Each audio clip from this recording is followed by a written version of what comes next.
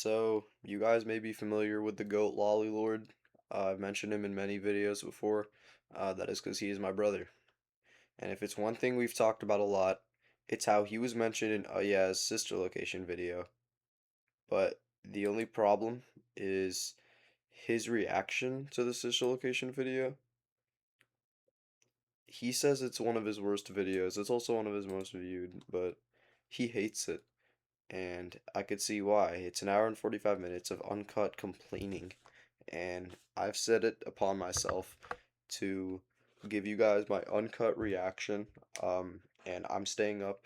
The only cut, frick, I'm already messing up, and this is uncut. The only catch is that I'm starting this video at 12 a.m.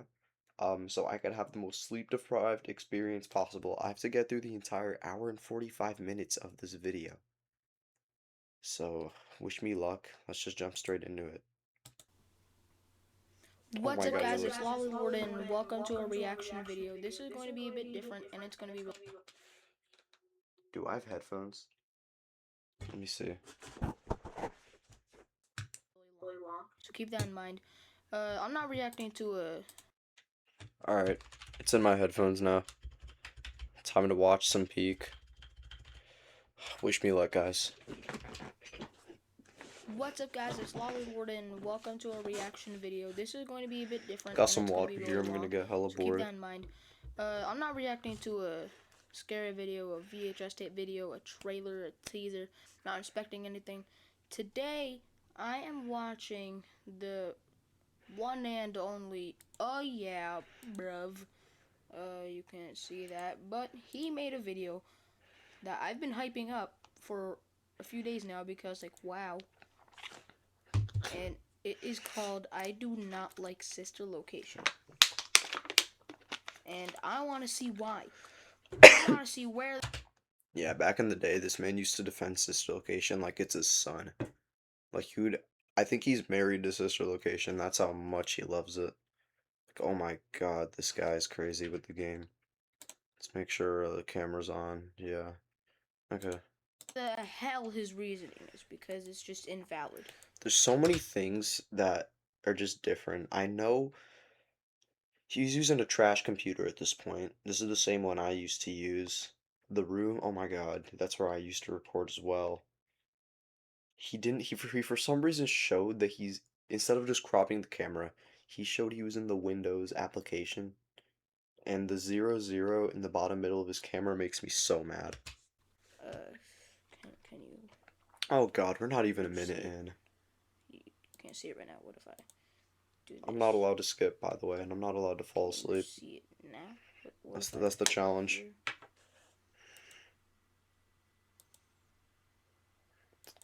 What the hell, man? What did this guy watch? Evolution of War of the Fat Italians rap battles. This is tough. Who the hell's P Jiggles? No hate to you, P Jiggles, if you're watching this. What the internet did to Garfield? I guess he hates Mondays. And Arlo. Not even bad. Oh, I missed the old YouTube UI. Here. Okay, so I've seen the first 15 or so seconds of the intro, but not everything. This is, as you could see, an hour and Oh my balls, my headphones keep cutting out. 7 minutes and 33 seconds. So it's going to be a long reaction. That's okay, though, because I want to see... frick. Yeah. I want to see why he doesn't like Sister Location.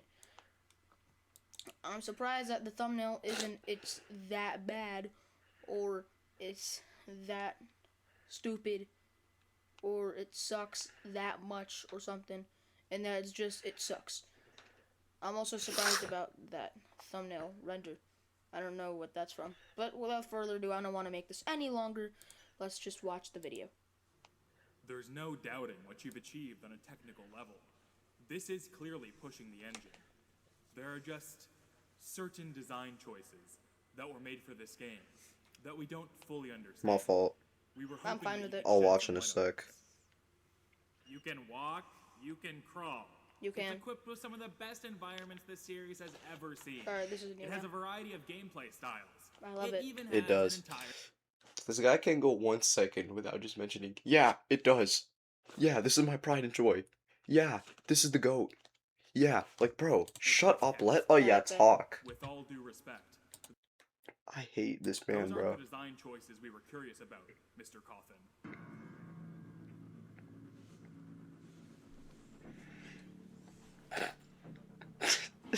Getting his stretches in, bro. Sorry, hold on. I do not like sister location, but for the long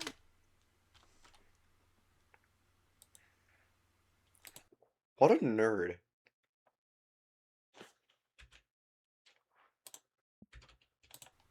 Just kidding. Oh, okay. time, I thought I did. For years, I would look back at all the games and think of Sister Location as a standout title It consisting is. of repetitive back-to-back entries. I'm Yes. sure many people feel the exact same way about it that I used to. But after replaying it recently, I would be lying if I said I enjoyed my time with it at all.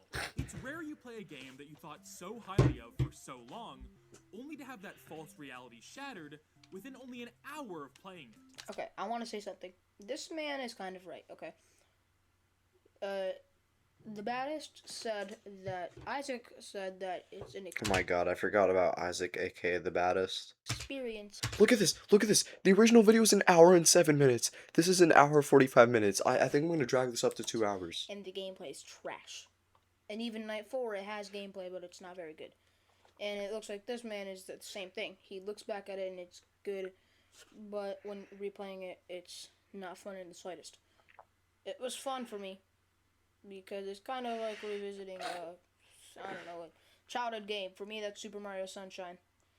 And This guy, I remember, bro. He was always on Sister Location, Mario Sunshine, Smash Ultimate. What other games was he always meat riding? I kind of forgot, but there was just certain games where he kind of just made a cult out of, and I hated it. Oh my god. you know, no, it's not this. This is not a childhood game. Like replaying Sunshine, I know a lot of things about it. Not everything, but I knew a lot of things about it. And it's just the magic of it. It's kind of the same thing. The feeling, the sheer feeling of me getting it on the PC and replaying it is just fun. And that's where the gameplay's at. This is another reason why I was talking to him and he said that why he was so giddy in this video and he was acting like Phoenix Wright for Sister Location is because this video came out and he reacted. Well, the Oh Yeah video came out and he reacted to it right after he finished his Sister Location Revisited series. So, wow. He was just lit. Night 4 was tricky. Private Room is tricky. That's where all the gameplay's at. I don't need the gameplay for this because the atmosphere is great. This goofball right here is trying to defend Night 4, bro. That's your first sin. That's your first Models sin, are Hassan. great. Voice acting is great. It's scary. I just like it. So, it's not all the gameplay. But Sister he's Location kind of right. is It's like not one of those as kiddie good. roller coasters. It's not as good when you're. It's not as good when replaying it. When you first played it, like replaying it, it's A. But to me, it's the first experience that makes it the best. Within only an hour of playing it, No, Sister it's still Location S. is like one of those kiddie roller coasters. When you're Replaying it still S. I disagree. younger, He said If you're just talking about the main story, Night 6, aka Private Room, and everything beyond, you can make the argument. he's they not feel like including the most custom night crazy and either. insane thing ever. But the more time passes, the more you realize you're a 45-year-old man, and a small rocket ship roller coaster isn't actually very interesting at all. And is in fact I quite guess. bland and boring. Maybe you still try to fit into that now tiny seat out of pure curiosity, but the ride soon to follow is guaranteed to be one that will never live up to the expectations you set in your head when you were younger. It's kind of Except similar, a but not kiddie really. roller coaster has significantly more value than Sister Location, because you can burn it down to scraps and metal to build something worth way more money. If you buy Sister Location, the best you can do to improve it is to install one of the many mods the community has made. Oh, never mind. Very quickly, Sister Location went from one of my favorites of the original Scott games to my absolute least favorite. Okay, that's when it crosses the bar. How? I'm surprised there are not many mods of Sister Location. Like, no matter, I know it's not the, like, original, like, 3. It's still huge, bro. This is worse than 4. That was another thing. He had a cult of hating FNAF 4. He hated look at his face. Look at his face. He just hated FNAF 4, bro. Obviously, it's not worse than Security Breach, but like 4, 4 is like B to me. I feel like Fiznom hates it. Dude, I hate this guy always had Twitter opinions, bro. Just because Fiznom, Phil Morg, said that he doesn't like it doesn't mean you have to say it, bro. This guy was. You were 11 making this. Maybe 12. No, I think you were 11 making this. You don't need to do this. And what do you. I hate how this guy's opinions are always so top carried. It's so top heavy. Yeah, FNAF 4 is the worst FNAF game. It's a solid B tier. Shut up, bro. And Pastor Law. And Lollylord, Hussam Lord, hashtag Lollylord. I'm sorry. I'm not roasting you currently in this video. I just hate you here. Look at you, bro. I just hate you And this FNAF 4 is in video. the middle. So there's no way this is worse than that. And even though FNAF 3 is A, it's worse than 3 and 2? I just don't fully understand those choices you made, Mr. Oh, yeah. But why? How could such a seemingly fresh and innovative entry in a series known for getting stale at points It's very be innovative. so bad? I don't Well, to get know! into all of that, we first have to look back at every FNAF game.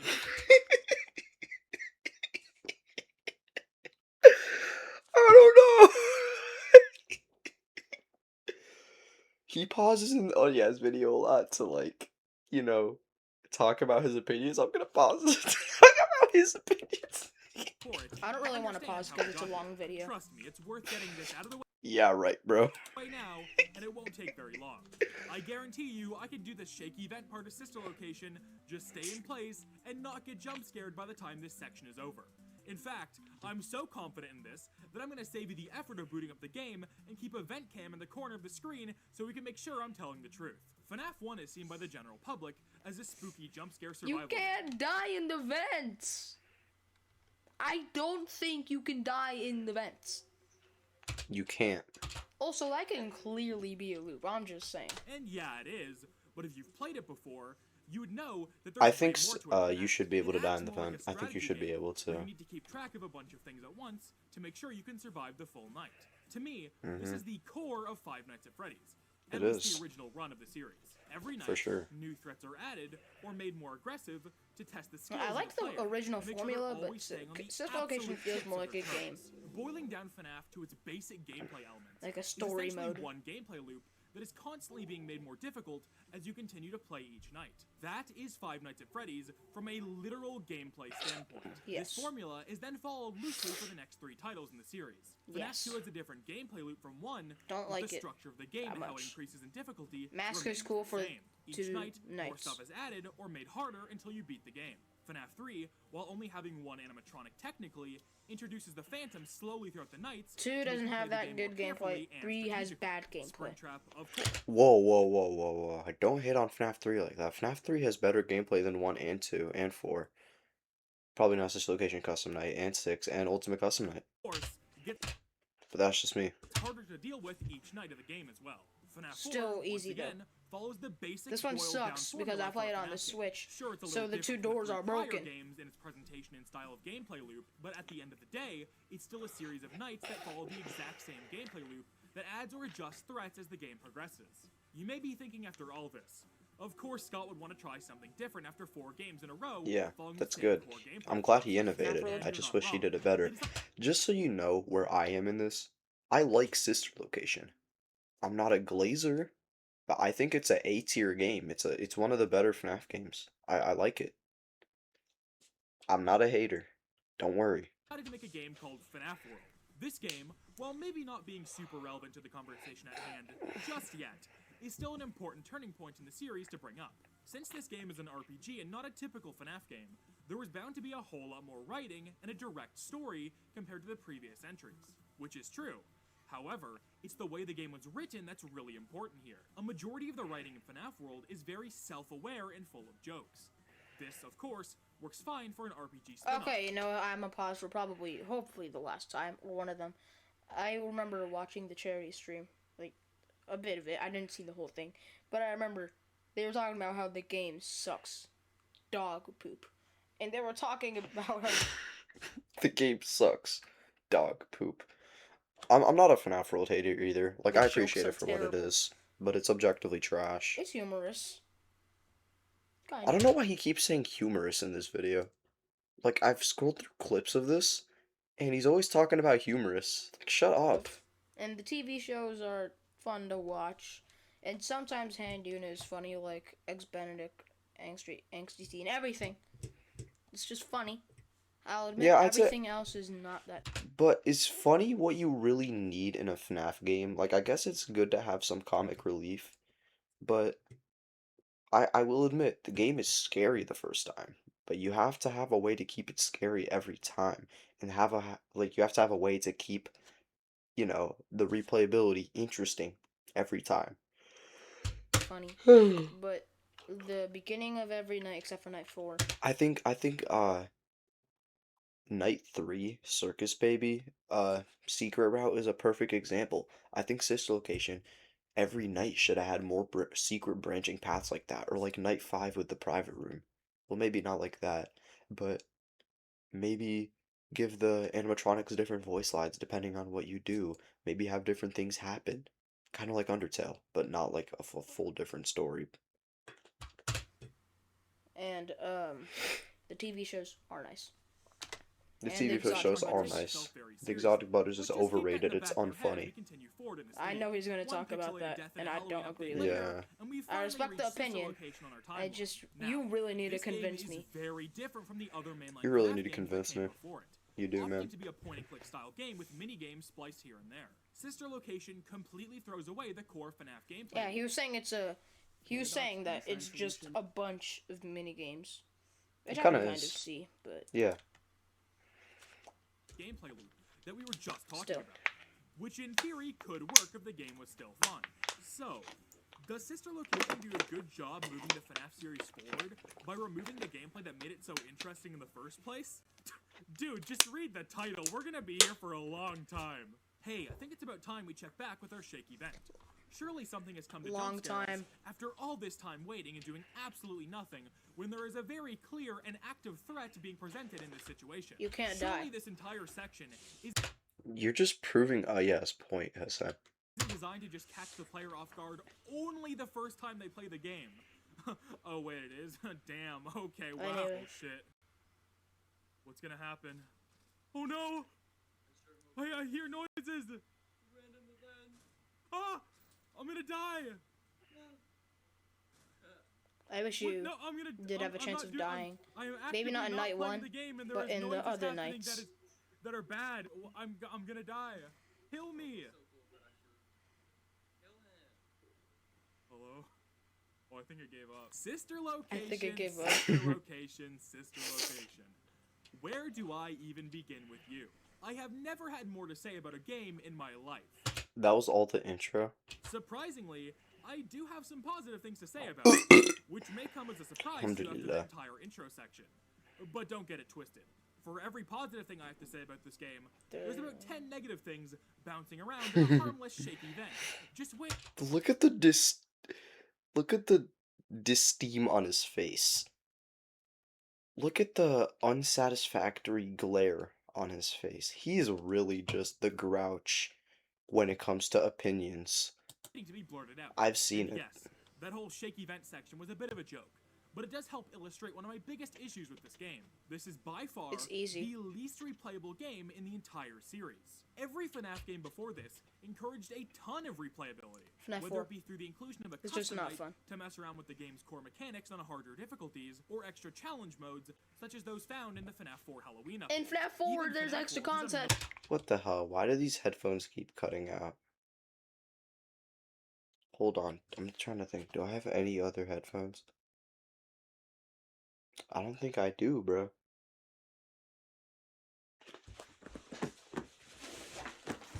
Shoot. What the heck?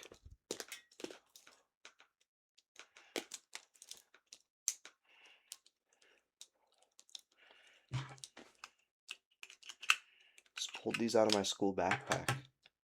Hold on. Bear with me a second here, because I'm not going to cut this.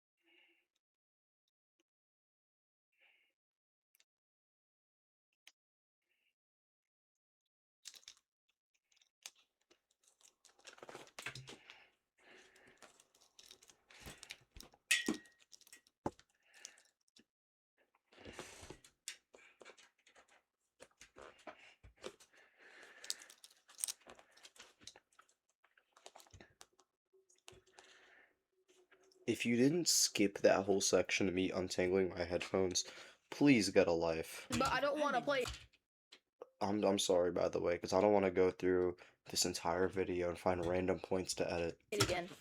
I beat I don't want to Nightmare watch mode, this again. but Force Running mode is just so bugged on this video, I don't care! which I just don't want to do it. Until there's an update on console. Which I don't think is ever going to happen. FNAF World is probably the most replayable. FNAF World's hella replayable.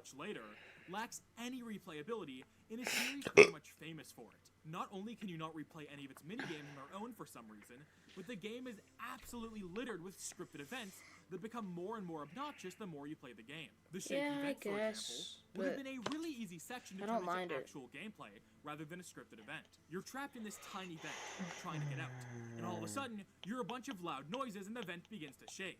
In the actual game, this is just a cheap scare that adds nothing to the overall game, really. But if Oh the gameplay no, was put first here, there could have been something really similar to the time. I'm a sucker for game. Oh, it's Music Man. I'm a sucker for gameplay.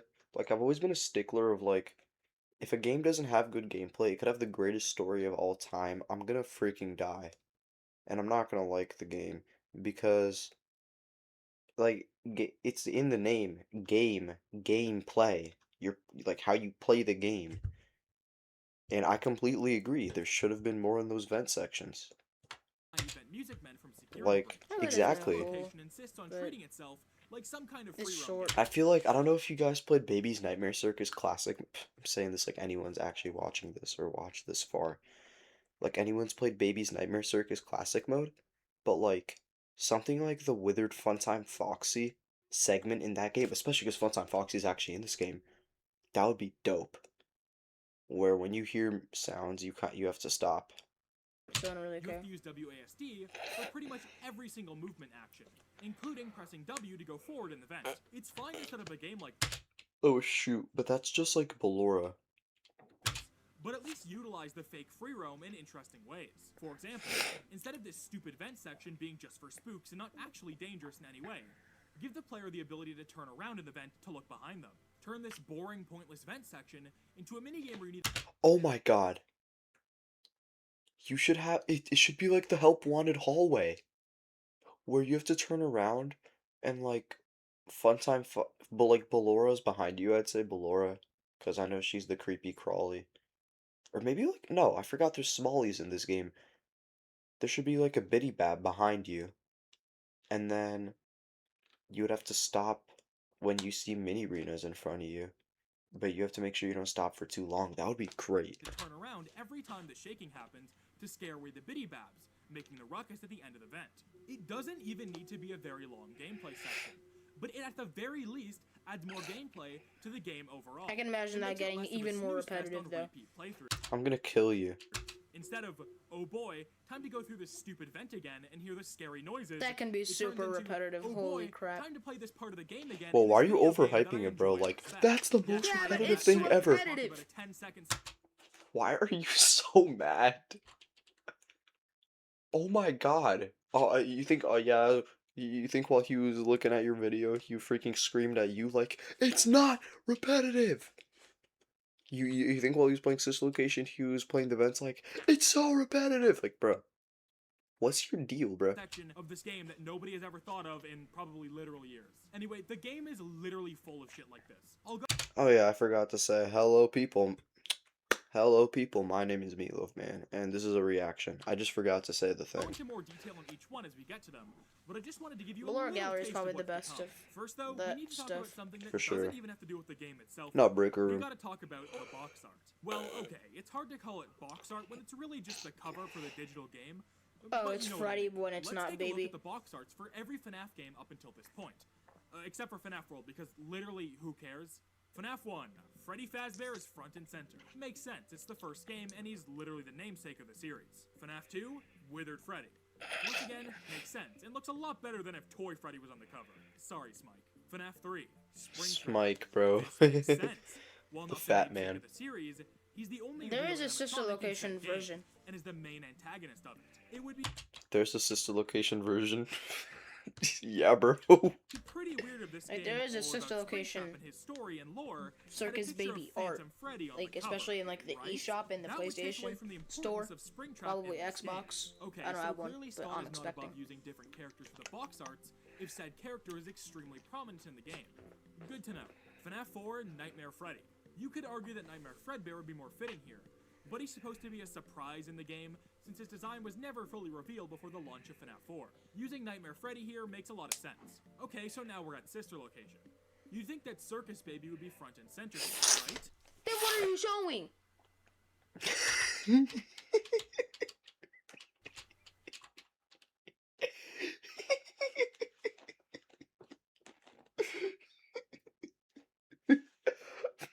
Immediate crash out, bro. Look at him. Yeah, it's marketed as Funtime Freddy. But in the stores, the digital stores, it's like this. They guide you through the entire game. Their It's only design like isn't the as- application. That's the Funtime Freddy part. Which I will skip care the about. ad. Actually, I won't. Isn't a secret, as it was shown extensively in teasers and the trailer alongside the literal intro and literal title screen of the game. Back when YouTube had one ad that was skippable. Okay, so let's see it. What's the box art for a sister location? Funtime Freddy. Funtime Freddy. A character who is, yes, in the game, and yes, has a lot of screen time, but isn't that important overall to sister location, and is clearly taking the spotlight away from a much more obvious candidate. Wow, what a stupid point. Why would Oh you yeah, bring this up? gaming! Oh yeah, or even trying here, blah blah blah. One, clearly Click Team and Scott thought this was important as well, because guess who's on the box art of the console ports of sister location? That's right, motherfucking Circus Baby. And two, I'm using this kind of funny note about the game to segue into a much bigger point. That being that Circus Baby is heavily underutilized She in is. their Again, own star yeah. game. This is the At least it's not a Circus Baby Vanny. game. My So god. tell me why the only render of her in any of the actual gameplay is her lifelessly sitting on a fucking conveyor belt in one It's of the mysterious. worst sections of the entire game, which It's trust me, mysterious. we will get to later. It's For a game that focuses mysterious. so much on Circus It's mysterious. What the hell? Are we only 20 minutes in? How far Also, am the I worst into part is recording? so Sniper. much of her talking and building a bond with the I'm player, 30 minutes into there sure recording. is a major lack of her physically being there. Ever. Even if all her renders were kept in heavy shadows, it would at least be better than literally almost never seeing her at all. I'm You fine never with see her that. behind the glass It's here. She mysterious. never jump scares the player once in the entire game, despite 'Cause it's supposed to be essentially your being friend. the main antagonist. And no, Enter does not count. I'm talking about Vanilla Circus Baby. And she isn't even included in the obviously not canon custom Because she's mode your friend. for She's your literally no sister. reason whatsoever. Sorry to bring in the lore, but she's your sister. What is Who says, like, siblings can't hate each other? Look at this man. He looks like Pepe. the point of ignoring her so much? If Scott wanted to create this character that never shows up and just guides the player around, that's fine. But there are so trying to be many critical sections on in this this. game that would What be are you, nice moist? at the same time. by a sliver No, you're of not. Circus Baby physically being there. For example, when the lights go out in this one section and she starts talking to you, would it not have been sick as hell if her face lit up behind the Hell glass in yeah, the that would be darkness, nice. F1 Freddy style? Or, once again, bringing it back to this awful conveyor belt section, why the hell doesn't she jump scare the player here for messing up the code She's your instead of friend. maskless Enter doing it? Having her spring to life and jump scare the player Okay, but this one actually doesn't make sense. Because when you go to the scooping room, Oh shoot. Wait. Oh my god. Wait, I'm gonna go blow my nose. Be right back.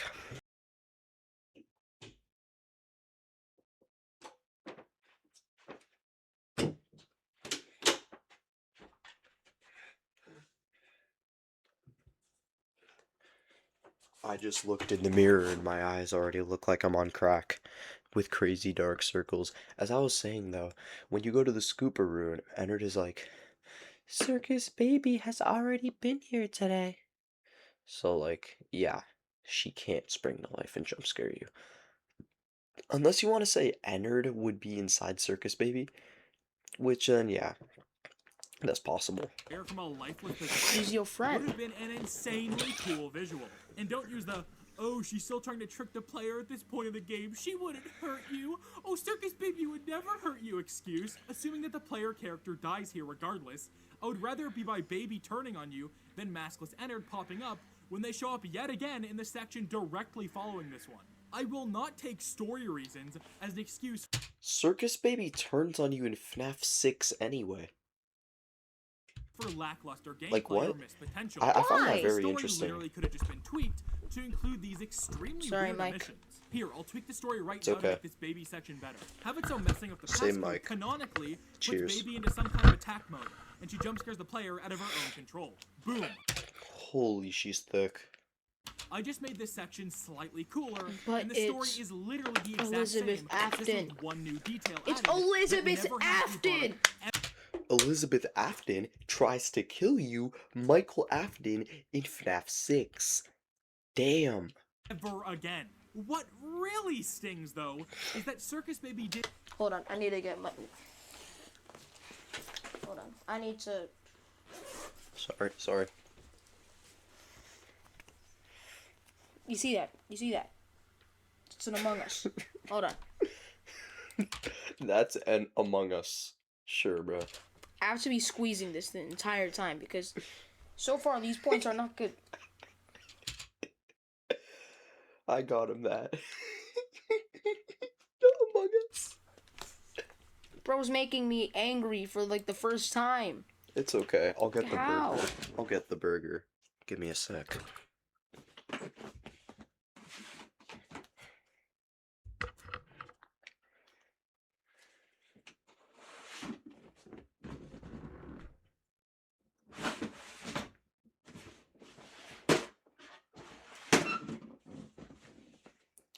Burger, help me. He has a mustache too. Oh my gosh. did eventually get a jump scare in a Scott FNAF game when UCN came out. But if you know anything about that game, you'd probably know that pretty much every single jump scare sucks complete ass. And Babies is no FNAF exception. ones are good. The jump scares Sister in Baby's locations sister location are good. are genuinely some of the best in the entire series. Yes. The idea of the animatronics having faceplates that open up to reveal creepy looking endoskeletons It's like that in Custom is Night. incredibly creative. Is he trying to defend the custom night jump scares? What a sick, And sick easily one of the man. best things about the entire game. In Yes. fact, I'm gonna rank every jump scare in the game right now. Biddy Bab. Not as interesting as some of the other jump scares in this game, but I like the tiny faceplates. 6 out of 10. Ballora. Her endoskeleton That's looks probably my fucking favorite. terrifying. And the fact it happens from pure darkness. He just gives wants to it be bonus. cracked Hold by on, the how's wall. Ennard 8 out of better? 10. Funtime Freddy. How is Pretty Ennard good, but not as good better as than all of 7 these? out of 10. Funtime Foxy. I shit bricks every time I see this. For sure, my favorite jump scare in the series. Either this or Withered Foxy. 10 out of 10. Holy shit! Yeah, I didn't fucking expect that, terrifying. Bonbon.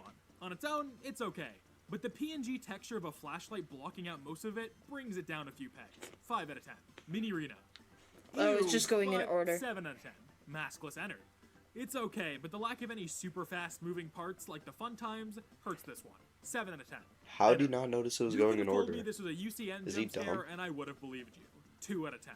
In fact, I'm not done talking about this jump scare, because it is genuinely one of the most odd decisions from a visual perspective in this entire game. From multiple renders, we know that Ennard's mask can open up similar to the Funtime animatronics. This opening of Yes. the faceplates is what makes these jump Sorry. scares so effective in my opinion.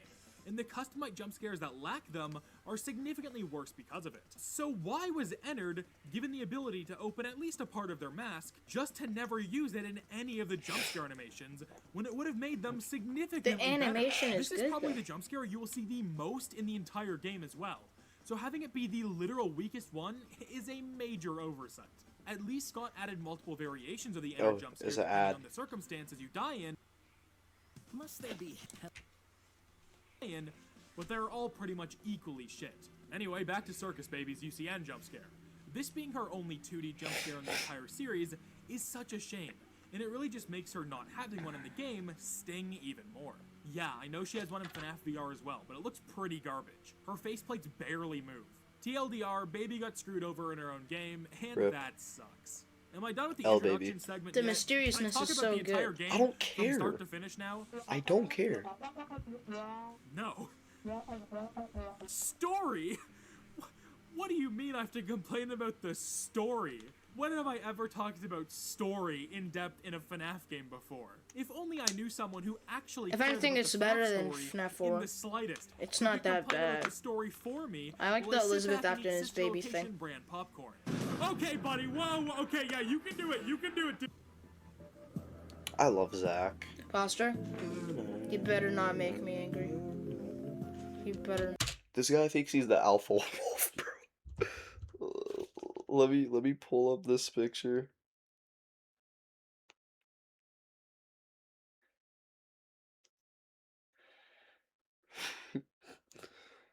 This is who bro thinks he is, bro. I don't know if the camera can see it, but I'm winging it. Like, oh my gosh. Not. Please. Be nice to me. Be nice Have mercy. Thank Yo, you. it cannot be this bad, bro. It's was it sister fake? location. Despite being the game with quite possibly the heaviest focus on storytelling in the entire series, Sister Location always felt like it didn't fit in narratively. It introduced concepts and auto-generated. environments that were so over the top that it completely spoiled my immersion with the world that Scott built in the previous 4 titles. You see, despite introducing many unrealistic ideas, the FNAF series was one which felt I love the gun grounded render. enough in reality to be immersive. FNAF 1, for example, while featuring a premise which could never happen in real life, presented a real enough setting and story that one could suspend their disbelief while playing it. The same applies to the other 3 games which came after. FNAF 2, while being much bigger and more chaotic, kept to the dingy pizzeria style of the original game that we expected. FNAF 3, while introducing an extremely over-the-top concept like springlock suits, did so in a way that felt grounded in what the technology of the It was series not was scary. capable of. 4, of course, was a big departure, but it Terrifying. felt grounded due to the nature For of all the the game correct being set in a reasons, dream and which being in a isn't very that personal good of a sign. environment like a house. When we look at Sister Location, though, This this game ambience is okay. completely jumped the shark with what the technology in the FNAF universe was capable of. This level's too level. This game is too sci-fi, and I guess it's Scott The Cawthon we're environments talking and about, but I don't animatronics in this know. game are far more advanced than anything we'd seen before. And while they both end up looking You're acting really like cool, Security they Breach literally completely doesn't break the exist. ability I'm gonna freaking kill you. Mind you, this game takes place around the same time as FNAF 1. I don't know if it's before or after. I think it's after. But, bro, Security Breach probably takes place in like the 2060s or something. to suspend your disbelief. The other big problem this poses comes into play when we're supposed to pin this game's story somewhere in the pre-established timeline. There have been arguments for years about when Sister Location is supposed to take I love that render of Ennard in the back. I've always loved it. It's so good. It's so creepy how you could faintly see him. place. And the Before big FNAF problem 4. with these arguments is that no answer makes sense with That's what we where Night know 4 from takes previous place It's on the before other FNAF side. 4 Sister because Location were to Elizabeth take place dies. Before FNAF 2 or even 4, then that would mean not only was William Afton building murder robots before the missing children's incident, but that extremely advanced robots like Circus Baby existed alongside the original FNAF 1 crew of animatronics. If we're to try to pin this game as happening in the future, there would only be a couple of places it could possibly fit in. It would have to take place after the closure of Freddy Fazbear's Pizza, but it would also have to take place before the events of FNAF 3 since William Afton was the one who built these robots. that would most likely leave Sister Location as happening sometime in either the late 90s or early 2000s, For which real. still No, doesn't add because up with what we know was No, possible at that because Afton time in gets universe. spring Now, locked trying to peg this game in somewhere in the timeline 1993. aside, let's take a look at what this game you're just individually making brought his to the point series. stronger. In my opinion, the ideas and lore that Sister Location brought to the table permanently changed the FNAF universe in a negative way. The heavy sci-fi approach led to many concepts which would become staples in later entries, as well as being retconned to exist in previous ones. This might be a hot take, but I think that the sci-fi turn and all that, yeah, it's no longer scary. It's not scary anymore. But it's still not terrible. Like, when you think about it, it is cool. It is cool. It's just not scary. Which, it's lore. I don't care if it's scary or not, really. I only care about that in FNAF 1, 2, and 3. Even 4 messed it up alone. So, Sister Location, it's not that big of a problem. Like, Illusion Disc, it's fine. Elizabeth being inside Baby, it's fine. Although Illusion Discs are weird, it works, so I don't really care. Causing the series to spiral in a much more ridiculous direction. The prime example of these concepts I'm talking about being Remnant. Giving an explanation to the paranormal in a way that boils down to a science, to me, completely kills the eeriness and mystery behind the possessions, which made the series interesting in the first place. What went from a simple story of ghosts and hauntings turned into a sci-fi narrative about giant scoopers making these things possessed, and a mad scientist trying to harness it for immortality. Yeah, I don't like the direction they took with William in this. And the way we see this concept Old Bill explored led Afton. to one of the most Spring ridiculous Trap. moments in the entire series, where What we is see a that? rotten Steve corpse Raglan. possess its own dead body because of Remnant. I know that there are a lot of Michael Afton fans, but this is a piece of lore I could just never understand. By making this I know happen, he it doesn't like kinda the just lore, kills the but point of possession to me entirely. Now, moving on from Remnant, there is one more thing I'd like to discuss that Sister Location added and changed. What is that it? being its portrayal of William Afton. Now, this may be a Exactly, bit of a bro. hot take, but I feel this game was the beginning of William Afton's downfall as a character. It To me, was. what made him work in the previous 4 titles was how grounded he was in reality and mystery. All we knew about him was that he was a child murderer in some small town who in eventually FNAF died 4 he himself. turned it I think other than Scraptrap's design, he's okay in FNAF 6. to a This was dad. a much more simple version of the character, but one that worked because he felt like he could exist And him and Henry are completely fine in Secret of the Mimic because they're just bullies to Edwin, and I find that really compelling. in real life. However, when Sister Location released, we saw this character shift from his original idea into that of a mad scientist, building robots that defy any form of reality and using them to research cool. Remnant to become immortal. It's It cool. was It's such cool. a massive That's not what the point of this video is. Is it objectively good with the game? Not it's cool, bro.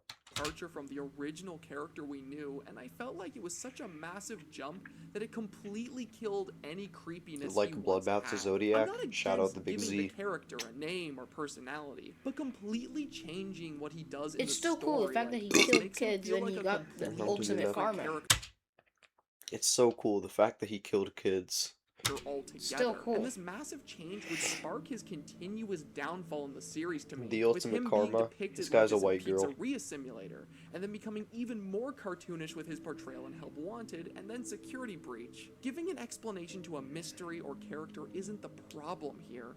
It's the way Scott went about it and what he chose to explain. William Afton is a character that was explored in a way that never felt Yeah, I feel like you have to do a villain that's mysterious just right.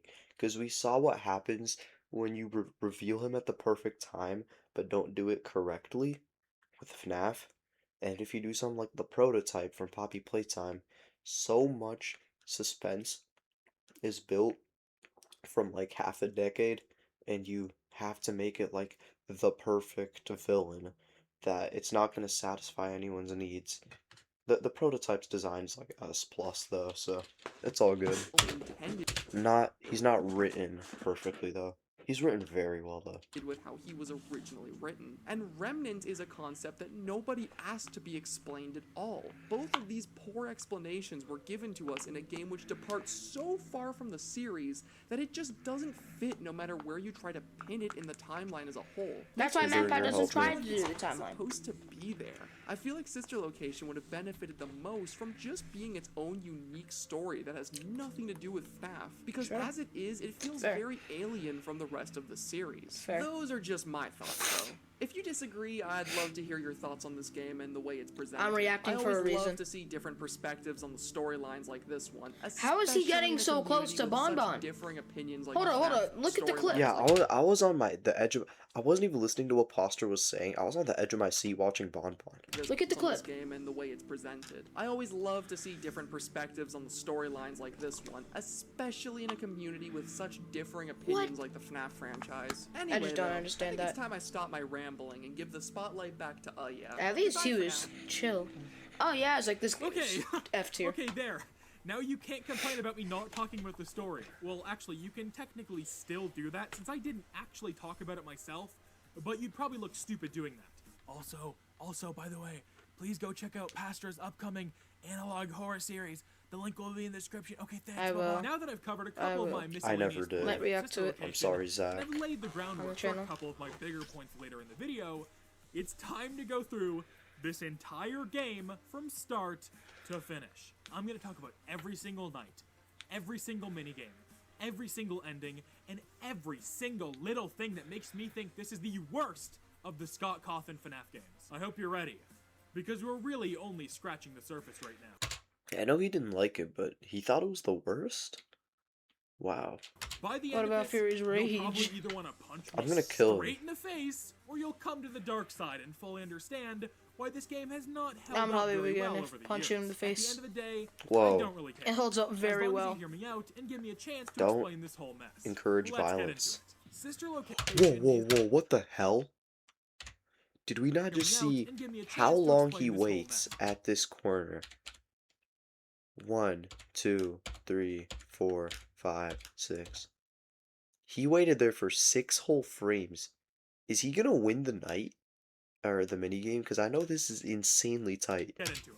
Sister Location is probably the best He's YouTuber fried. game out of the entire series. It I is. say What's up, probably Mark? Because it's hard to I don't beat know if you FNAF could 1 see in him, that but regard. Mark's in the But corner. just looking at it from a basic level, Oh, I it has a can't, lot 'cause more of your moving big parts off face to keep the cam. viewer It's his engaged. footage. The gameplay changes each and every night, so the viewer doesn't have to keep watching the same loop over and over again. It is very, very story heavy, so you can watch it almost like a movie. And watching a YouTuber play it, you get to see their reactions to all the scripted events for the first time. I fully Yeah. understand that a large portion of the fan base has never actually played any of the FNAF games. For and sure, even I a hate those smaller people. portion Because they're the same people that usually criticize and judge the FNAF games. Like, you never played it, bruh. has probably ever That's why I could tell if someone's a real FNAF fan depending on where they put FNAF 2 on a tier list. If they have it in like S, they're either a nostalgia fiend or they just never played the games before. If they have it in like a B, that's an actual FNAF fan. even played Sister Location. So, just as a guess, I wouldn't be surprised if a lot of the people who love this game have never actually played it, and have just watched someone else play it. From that perspective, I can totally see why someone would love this game, or even have it as their favorite. Hell, if you're really only into FNAF for the story, this is the most story-heavy game of the original Scott Cawthon series, so it also has that going for it. But coming from the perspective of someone who has very little nostalgia for this game, has played it multiple times over, and has spent literal hours I have very and little hours nostalgia, thinking about it, and I talking love to it. people about it for this video, I have to say, the more you think about it all, the more cracks begin to appear in the foundation of this game. The more stupid design choices start to I miss when there used to be only one ad and they were skippable. rear their ugly head. The more insane parts of this game begin to look even more insane than they did before. Trust me, this video is not No. made on a whim or with very little thought put into it. I have thought about Sister Location non-stop pretty much all month in preparation I- for this video. I So, don't think you could try and put any convince thoughts about me. Sister Location you already have set in stone aside, especially if you haven't played it before, and I'll allow me to try. explain everything. This isn't coming from a place of pure hatred. I'm going to be as fair as possible to this game, even if I dislike it a lot. I've already given props to the jump scares and that isn't where my praise for Sister Location ends. Keep that in mind as we go forward here. But without further delay, let's dive straight into Night 1. The game starts off inside an elevator that's slowly going down to a facility that keeps animatronics stored away until they are rented out for parties or shows. This concept is actually really cool, and is a nice change of pace compared to the other games in the series. The environments in Sister Location look amazing. Yeah. That's something I have to give the game right off the bat. Because Looks almost great. every single area looks at Even least with good. it being like While the 30 more FPS, high-tech it looks sci-fi great aesthetic may for be a me. downside to some, it's genuinely one of the only positives to me. Almost Probably every 20. room render looks great, with a few exceptions. And oftentimes the worst of the visuals simply comes I down like to the the vents. engine the game was made in. That being Dance. glitchy. If you've looked at FNAF gameplay for long enough, you'll Yo, this is for the real Lollylord fans. probably notice a lot of the games have this cylinder-like effect that warps the backgrounds to feel more 3D. Sometimes this works great, but other times not so much. The elevator is actually quite a good example of it being put to good use, since the It render is. is made with the cylinder warping in It's a mind. huge I'll bring up elevator. more I of the just realized this environments as we get elevator's there. massive. We were introduced It to the hand is. unit, who is essentially the Also- I think the glitched attraction kind of represents it well. Circular this elevator? is probably a hot take, but I really dislike hand units. The writing for the character often leans too much into humor, Look at him. which is fine in concept, but in execution it takes a lot away from the overall experience. Humor is a subjective aspect of any piece of media, so it's hard to definitively say that the game isn't funny. But at least to me, I didn't laugh out loud once, and I often felt taken out of the experience when Hand Unit made the same shitty "lol, I messed up your keypad input" joke each night. Ooh, give me the cash basket!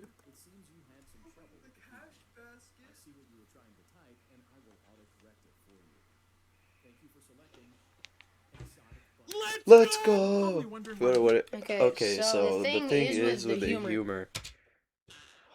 I was waiting for this. So for you guys who don't know, I'm gonna go on a little rant here. Um, oh yeah, actually, he made a follow-up video to this about custom night, and he mentioned how Hussam reacted to Lollylord. What the hell, man? His name's already out there. Just used to calling him that. He mentions how he made this video and paused every 2 seconds and extended it 45 minutes and made this huge defense video and telling him why he was wrong. And the clip he showed was this. Thank you for selecting exotic butters. Let's go! Okay, so the thing is with the humor. This is an absolute classic clip with me and so many other people. It's the perfect inside joke, bro. An absolute legend he is. I was talking about how Hand Unit and the TV are kind of funny and humorous. Those are the times where it's not supposed to be Funny humorous. scary. You can Look at kind of him. argue in the beginning, but there's barely any atmosphere. It's just supposed to get you ready for the night. What you're Like, what is he talking about? It's just supposed to get you ready for the night. This is a FNAF game this is a horror game we're talking about. Like, oh my god. I think if it's one good time to have a comic relief, it's supposed to be at the end of the night, not the beginning of the night. And I think Vlad and Clara does that. I don't think we need to have one at the start. I think it could just be the elevator with something else. Maybe hand you to actually informing you about something instead of saying exotic butters or casual bongos. gonna do. So I feel that it's perfectly fine that it's funny because it's not affecting the gameplay greatly. And the TV sections were just a fun little bonus to get you a bit sidetracked. You might complain that in Belore Gallery, he's like, it seems you are taking a long time, but I hate that. it's not really that funny. If anything, it's terrifying. It is I terrifying. knew it was It's coming, not funny. and I was still like, God damn it. Same. Be Every a bit time, quieter man. next time. I just didn't know when it was coming, so it's all completely fine. Even bringing this up. Well, looking back at the previous FNAF games, a lot of them also had subtle jokes and humor, but they almost never took away from the experience and instead added to them in ways that felt very grounded. It's For the example, same in Phone Sister Guy in the first Location. two games has a lot of lines that are funny, but in an awkward, kind of realistic way. Phone Dude in FNAF 3 is also hilarious to me for a couple reasons. One, I'll having a argue surfer that dude bro be the phone guy, Phone Dude even is if it's better. only Yeah. for a little bit, Phone Dude is is so much just better. a funny concept Phone- on its own. Phone Dude But is it better also than feels Phone extremely Dude's the Hand in goat. Instant location, I could say Phone that. Dude is the Dude goat. bro to be working at this It's my crazy favorite horror phone guy. attraction. It's Dude, funny, bro. it works, it I love using that phrase. Dude, bro. never overstays its welcome, and it adds to the world in a way that doesn't feel I'm a out of place. dude, man. The humor in the I'm first a 3 dude, FNAF man. games was extremely subtle, realistic for the scenario at hand, and fit into the games perfectly. Hell, even small things like being able to honk Freddy's nose in the offices and don't poop on the floor being on the list of rules in FNAF 1 Yeah, that's are tough. kind of funny jokes Because at least, like, you have to go out of your way to find that. It's not front and center. that are more hidden away and add to that awkward, quirky sense of humor the first couple games have. I never felt taken out of the game world, and it all felt very natural. You want that when you're trying to build a horror atmosphere. Let me remind you that this is a horror game.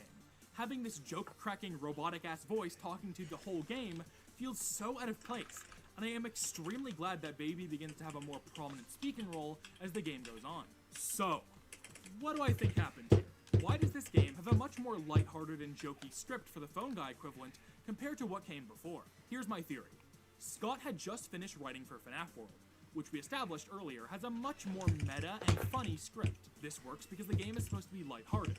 It's not building up a horror environment, it's building up a funny little RPG world. I think Scott saw the somewhat positive reception to the writing in FNAF World, and whether it be by accident or deliberate, decided to make the script for Hand Unit much more fun and humorous.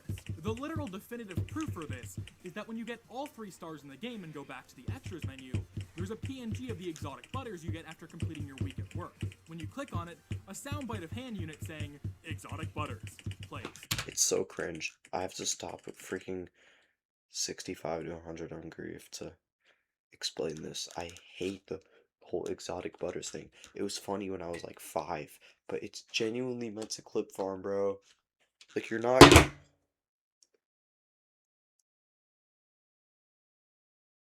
You're not Conics. Stop trying to clip farm. Here now. Yeah, I think so. Yeah, Henry did. Exotic butters. eyebrow? Exotic butters. Exotic You may be thinking, oh, of course Scott would do that. Exotic butters is a meme. Well, What's up, guys? This is KFC. Drewski, bro. Is that Drewski? Jack Harlow. It's a meme because of that. well, here's the thing. This wasn't added in an update or added in a patch after the fact. This has been here since the launch version of the game. Damn That's straight, the Scott bro. reason thought it's a people would meme. find this joke so That's funny the reason it's a that meme. he I'm gonna had kill you. to put a button for it in the extras menu. Which, hey, there's nothing wrong with that, but it proves that he thought the script for Hand Unit was funny.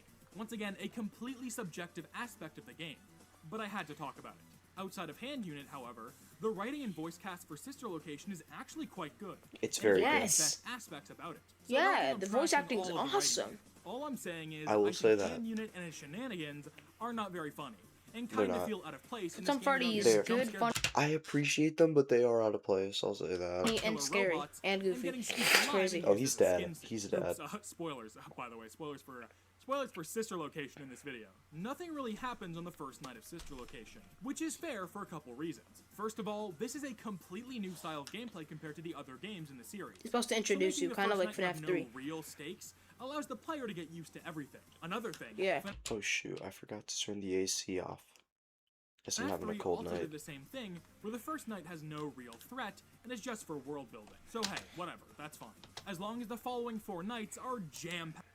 The thing is, with Sister Location, it's actually really good because you play the first night, it's completely fine except for some subtle vent noises, and the zapping is kind of like, ew, why I would think you? you should still be able to die in night 1. I think the last section, like where you go back through the vent, I think that should be what I mentioned earlier. Doing this, but it just kind of sets the tone for what you think the game's going to be. This is going to be my gameplay loop for the game, but then you realize that not only are you moving around, but it's not a FNAF game. It's not. You realize you're moving around at the start of night 1, bro. You realize you're moving around in the damn trailer. This daily chores thing. It's It is a daily chores thing. You have to go around, check the... What are you in? The primary control module or whatever? And You have to like check on Ballora, check on Funtime Foxy, shock them. What the hell, man? It acts like it's the same thing, but then the power cuts out, and it starts the best night of the game, other than the private room. It's just so good. It sets the tone. Night 2 is the best night. And then night is. 3, I think everyone agrees. it's the worst, in my opinion. Yes, night 4 is better because It's not. Night 4 is the worst, bro. No, night 5 is the worst. I'm at not least gonna it's hold you. difficult, and the gameplay is nice. I just don't like Bon Bon and Funtime Foxy, but still, it's different, and I like how you're supposed to die to Funtime Foxy at the end. When you don't see it, it's good. It like night 1 sets the tone for what you think it's gonna be, but it's not. It's the complete opposite of foreshadowing. I like it. Just for world building. So hey, whatever, that's fine. As long as the following 4 nights are jam-packed with content to make up for it, Night 2 is. there's no issue. Night 2 is, yeah. This night it consists is. of clicking on light and electric shock buttons to make the animatronics revert to a working state.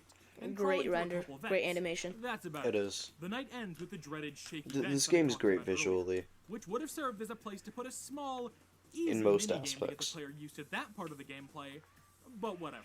I already talked about that for long enough. Every night in this game, I'm going to tally how much gameplay is accomplished. The gameplay and sister location is split up into 4 varieties. First, we have the button-clicking gameplay. This is the mind-numbing, boring stuff you have to do almost every night of the game. Clicking on the buttons for the animatronics, going through vents, yada yada. The next gameplay style is the story-focused minigames. These are minigames that barely count as games and are more just for story reasons. They barely have any actual gameplay to them, and are the worst offenders on repeat playthroughs. Next up, we have the semi-story-focused minigames. These include minigames that are typically about going from point A to point B, while not getting caught. They're there to flow the story together, but they also feature actual gameplay. Finally, we have the actual minigames. These are actual minigames with full mechanics that could be separated from the story and still work on their own. These are typically the most fun parts of the entire game. Okay, great. With that out of the way, let's Not tally Bon up Bon. night. Bon Bon is We not had a fun. bunch of button clicking, Bon Bon's and cool. that's it. This style essentially doesn't count as gameplay. So let's just say that Night 1's sister location has no gameplay.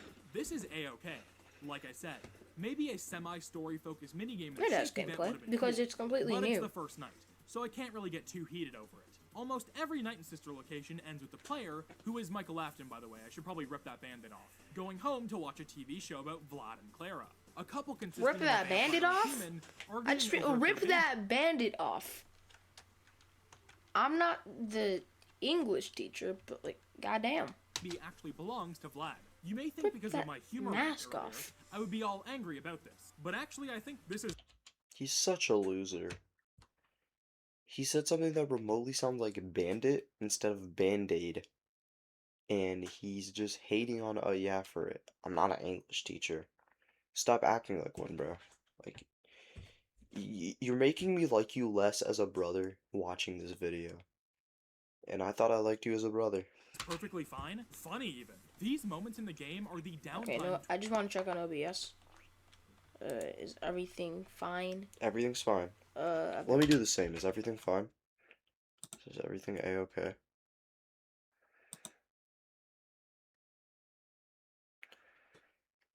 Okay. Oh my god, I'm over an hour into recording. For 43 minutes. Everything is A-okay. That's good. 43 minutes into the video. Horror sections. The tension being built up there is completely irrelevant here. And I think these Yep, are actually everything's really fine. great additions to the game. You can even munch away on some popcorn while watching, which Yeah. is a fantastic addition. I'm not Yeah. gonna bring these up again, just thought I should mention my Yeah. opinion on them here. Night 2 opens up with Hand Unit becoming a more interesting character. Yay. You might see it walking around. I'm gonna play these vintage audio training tapes. Oh, get me out of this Classic phone dude. fucking place. There's so many Shut the fuck ever. This guy is better than Andy Field, unless this is Andy Field doing a boys. It is. This is probably my favorite Hand Unit night. Night 2 is just so fire. It's a story. Jokes aside, I actually do think an angsty teen, maybe dialed back a bit, would have been a better companion for this game. Story-wise, I guess it wouldn't make that much sense. But like I established earlier, I mean, Michael is kind of like a, I'm assuming, like, He's portrayed as a teenager for like most of the series until he's obviously an adult. But I guess one of his like bully friends would fit actually. You can always tweak a story to make things work, so My that's not much of burger. an excuse. Yeah. That aside, Maybe, this is the but first real night in it's the game hand to unit, include come on. actual gameplay. I love Not hand only unit, that, and this is tutorial the unit, only night in the dread entire unit, and all game that. to feature all 4 of the gameplay styles Sister Location has to offer on a single run. Not only that, but this is the best night in the entire game. Other After than the this, private room. it's all downhill.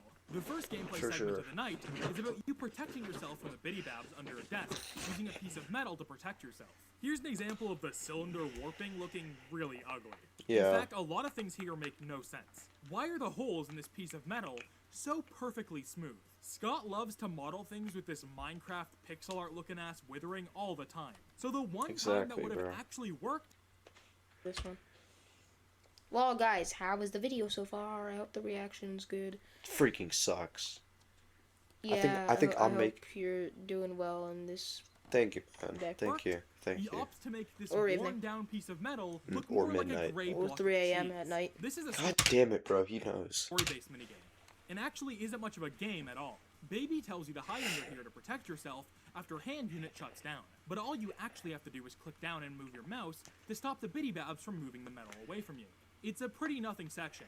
And If I'm gonna over be before it honest, even if I'm gonna No, be honest, the don't be thing that honest. made it fun, revisiting it, was that I was recording, so I was expressing my feelings. I don't know how to explain it, but I was expressing when my I'm feelings. recording, it's not like I'm a completely different person, but I just feel more open, and that since I have to be loud to be somewhat entertaining, If there's one thing I could compliment you on, I mean, I'm not trying to be a jerk.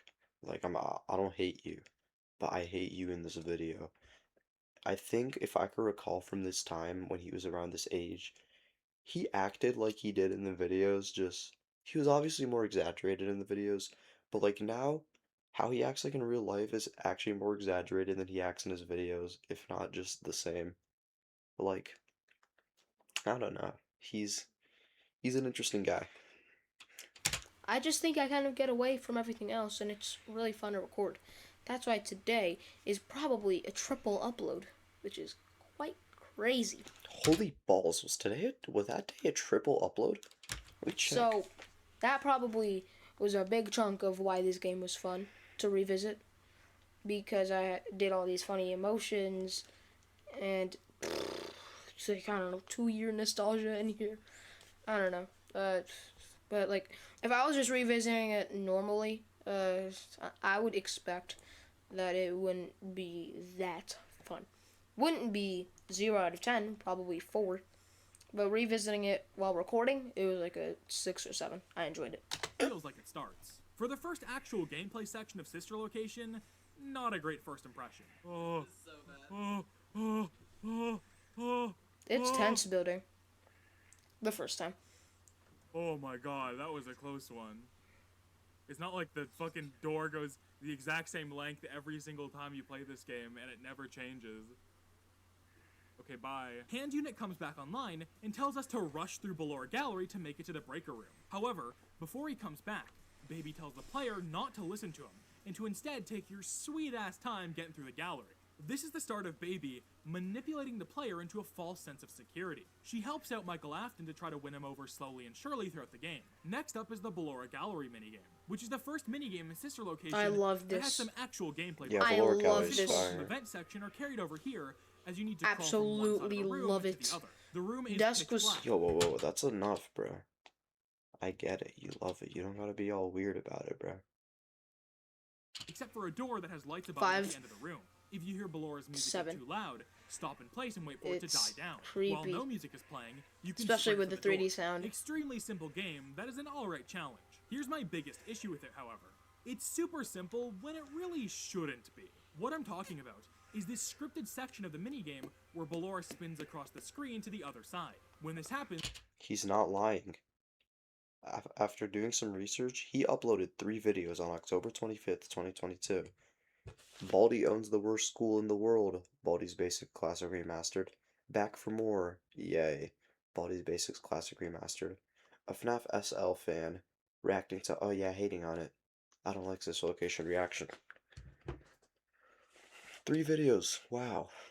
I could only dream of once per month. You have to stop and wait for her to leave. This is a cool section until you realize the way it's scripted makes it happen at the exact same point every single time you play it. This is just You keep talking about the scripted events. Valora spinning across the screen When that's should not be a clearly the scripted element. point of the game.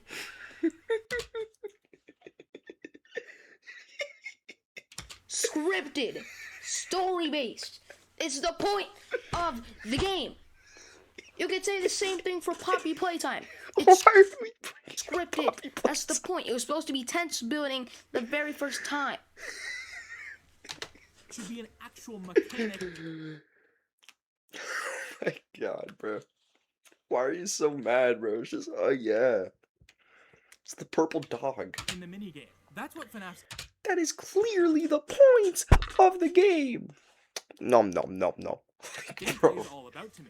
Throwing a bunch of threats at the player and having them deal with it. Have it see if they'll listen to her music to make sure it's not too loud, but also have to watch out in case Ballora spins in front of you. That adds both an audio and visual aspect to the minigame, and that simple change alone adds so much more to it. Too many things in this game are scripted segments when they should have 100% been actual gameplay mechanics. Not only would this have made repeat playthroughs way more interesting, it would just make each section of the game that much more fun to go through. What you gotta understand is the goal. Scott was trying to make it more story heavy I really wish I had my glasses. My eyes wouldn't be burning as much. But, of course, I don't have them right now. game. So, he could have just made another FNAF game, except with different things like New Nights at Freddy's and The Joy of Creation. What a niche fan game that I told him about. But Not Nazi Jock, New Nights at Freddy's. he wanted this. He did. Like, how is he gonna make an entire thing out of Ballora Gallery, where you're on the floor, slowly crawling, listening for music? What could you add? Yo, we all know the type of mindset Scott was in while designing Ballora and designing this section. He's a real guy. To that? I just don't get it. Holy Crawling, balls, is that listening me? for music. What could you add to that? Is that me? I think that's our mom. I just don't get it. It just hurts me He's like, every single time I play the Ballora minigame. and Among get Us, to the help part me. where she spins. Among Us. Among Us helped me. What the hell, man? I guess it was 2022. Burger helped Help me. me. Every single Burger time you have helped to sit me. there and wait for her to leave. Nom at nom the nom. exact Burger same helped spot me. when that idea would have been perfect as an addition to the actual minigame mechanics. Like, what is he This isn't doing like a with his thing where mouth? When you're done either. Even if you complete this minigame and get to the next one, if you die there, you're sent all the way back to Ballora Gallery. So this isn't even a thing where it just makes repeat playthroughs less interesting. It also makes repeat attempts on a single playthrough less interesting. I would have Yeah. much preferred more fleshed out minigames That's so valid. with proper checkpoints after each one, rather than But I kind of disagree with, oh yeah, here, because I think if you were to restart at the breaker room, the night wouldn't feel as rewarding. Like spamming checkpoints, it's like practice mode in Geometry Dash. If you're just spamming Z, there's no point, bro. If you're just, what the hell, man? Just get on that grind. being a bunch of Get good. half-baked minigames that you need to complete in a row without dying, or else you're sent all the way back to the last insanely brutal checkpoint. This is where He scripted events made like a this, high-quality game, where you're probably going game, to be retrying but made the things a lot, gameplay not that good. becomes a It very looks great. apparent Sound, issue. Things like great. this during minigames Voice acting, makes them lose great. their punch fast. When He wasn't actual really additional focusing on the mechanics gameplay that would work much. significantly Which is the most important part of the game, bro. Like, I understand you were like a Weedy Hut Jr. when this video dropped, but like, bro, please see it. I better would for repeat expect. tries and just If he overall was, in general. then I would After admit he calling to didn't the do that gallery, good of a you job agreed for with one most of of the best sections. minigames in sister location. That being the Funtime Freddy Oh my breakout God, I it love looks this so section, ugly right like the now. Ballora that you Gallery. flip up FNAF camera style. that Except this features a is bunch like of systems 8. that need to be restarted. Each system has a load time to restart them. That starts at 0% until it's completed at 100%. You have to hold down each system to make them reach 100%. However, Funtime Freddy is active in the same room as you. He'll make attempts to What get you close and to Isaac when keep you're liking restarting about each of the systems. this So every once in a section while, by Bro, you're not on a first name basis with the baddest, bro. Who the hell, who do you think you are? I am.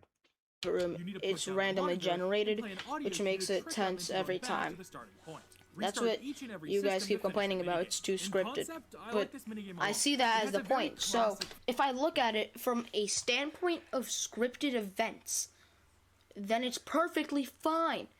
If it was made to be a normal game but fail at the gameplay, I wouldn't look at it that way. But since Scott was clearly in the mindset of making a story-based game where you do different things like everything and every night except for the check the goddamn windows, see if they're good, which is just kind of like a bonus or something, I don't know. If I were to look at it as a normal game, like a normal FNAF game, just not like A or B tier. But when I'm looking at it like a script, This I honestly appreciate from him. Like, it's completely valid. Look, if you want to enjoy, oh my God, I'm sleepy. If you want to enjoy a game, enjoy it, bro. I'll let you enjoy it. You could look at a game however you want and appreciate it for what it is. I'm a firm believer. But when it comes down to just like a boring gameplay, don't hate on oh yeah and compare it to Poppy Playtime. Cause no, never mind. You should. Because at this point in time, Poppy Playtime was not that good. scripted game, Because Chapter 3 was not out yet. it does a great job, in my opinion. Except for Night 3. I don't like Night 3. FNAF feel to it, since you have to balance an office section It's a hot take and within a camera hot take. I section don't to like survive Night the 3. night.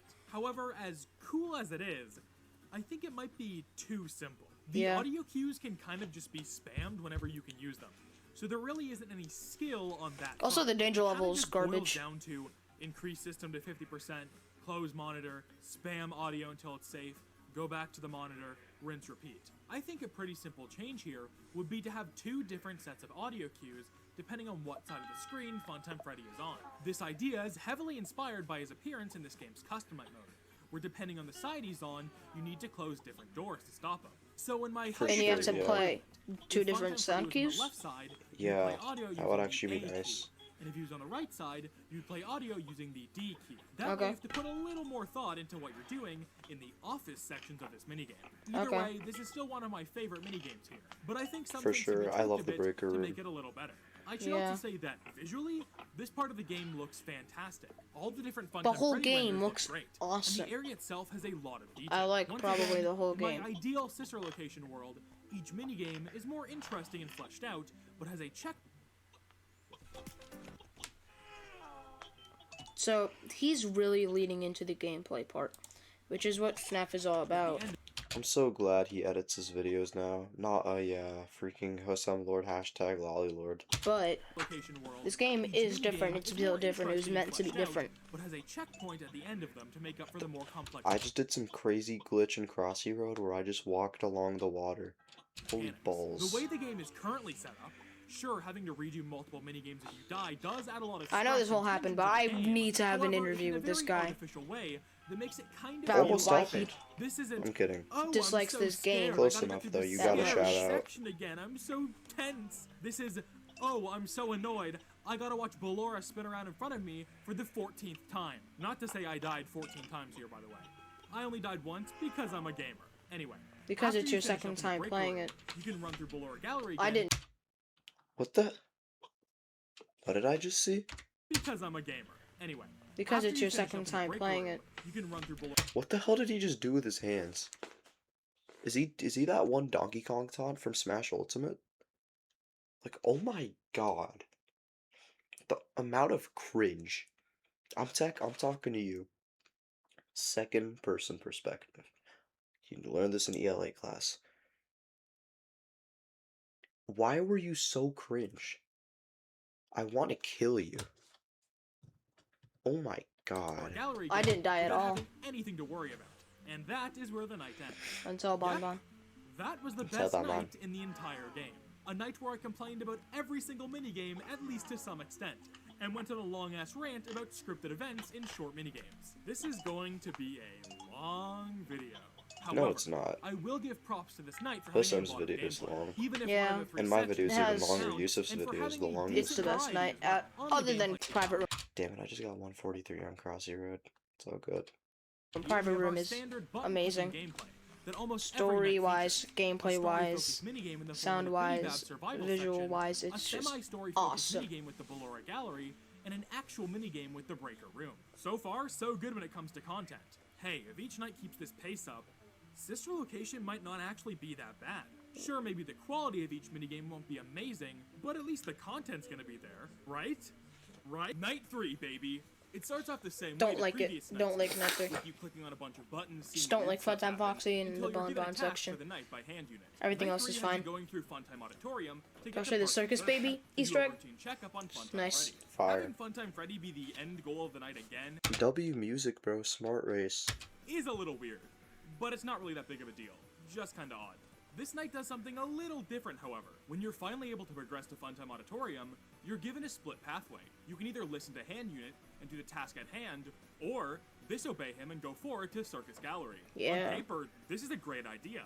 This entire location is set up in a way where you'd think you'd be given a lot more options on where to go, and this Yeah. appears to finally be utilizing that. However, all going this way does is give you an exclusive bit of Circus Baby dialogue that's important for something else later in the game. Nothing changes if you go to Alright, this room. hold on a minute.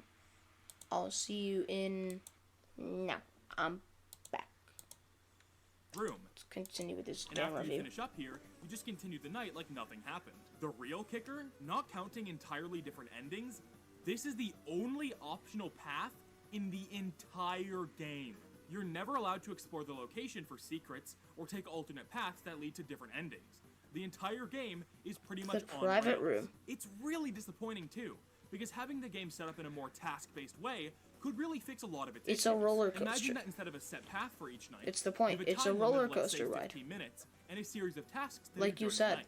You can do these tasks Well, no, in any order. it's a different as long analogy. As you finish them all within said time limit. That way, you can explore the entire map in any way you please, and everyone's playthroughs could be a little different. I think that would really sell the whole Shoot, what's been happening? What are we on? being a handyman thing a lot better than how the game Night currently 2? presents it. Anyway, all think I'm the really roller saying coaster here is that I wish mechanic there is was more completely exploration fine. in this game, and I wish there was more alternate pathways that actually led to more interesting things. After you finish That's what I was saying at the start of the video. hearing what Circus Baby has to say, you're able to go through the Oh, Funtime night 3. Auditorium. This minigame is pretty similar to the Ballora Gallery one, but instead of being based on audio, it's based on knowing your surroundings. Which I Your don't goal here is to like. get from It's one end of the annoying. room to the other. I It gets like- like forever I love this minigame. for him to leave. Except this time you're provided with a flash beacon that creates a small flash of light. Like, in this is room the to only check part your where I have surroundings. heavy criticism Occasionally you at. flash your beacon, I do Funtime not Foxy like will be this standing section. there. When It this is just happens, not You just fun. have to wait in place and flash the light again to make sure they're gone. I know Even the people often Funtime have Freddy trouble with section. this one. It's fine not until explained Bonbon. super well It's in just game. annoying. But the best way to do it is to listen He's to the annoying. quiet noise that plays after you flash the beacon. A good rule of thumb here. That's is to why I'm call all the angry noises that stop at some playing point in the video, in the posture section, he just completely surpasses it. Like, it's not like, look at that. Why is he so close? stop when the noise stops. At that point, flash the light again to check, rinse and repeat until you make it to parts and service. This minigame is fine. I No. don't actually know if I like this game more or less than Ballora Gallery. He's always hated it. I don't know why. It Less. can get pretty tense at times. Much I will give less. it that. You're Tense, welcome. Very but tense, it's not very fun. tense. So the first minigame is pretty simple. Surely the next minigame in this night will step things up a bit. This is the only minigame on night 3.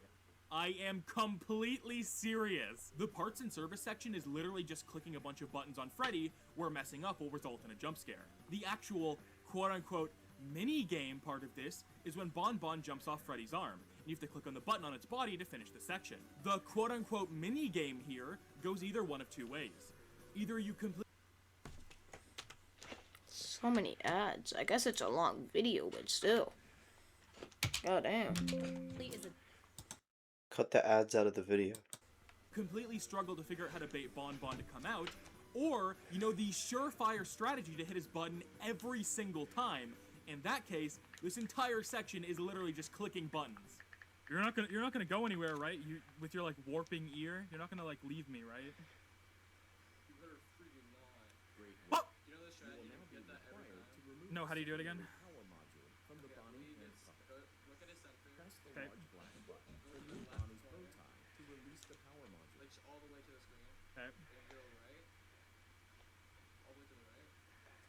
Just like straight up.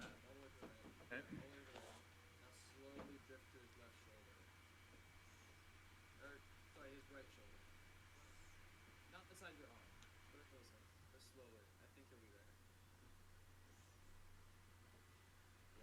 I cannot believe it. That's so fucking. If that was What the hell?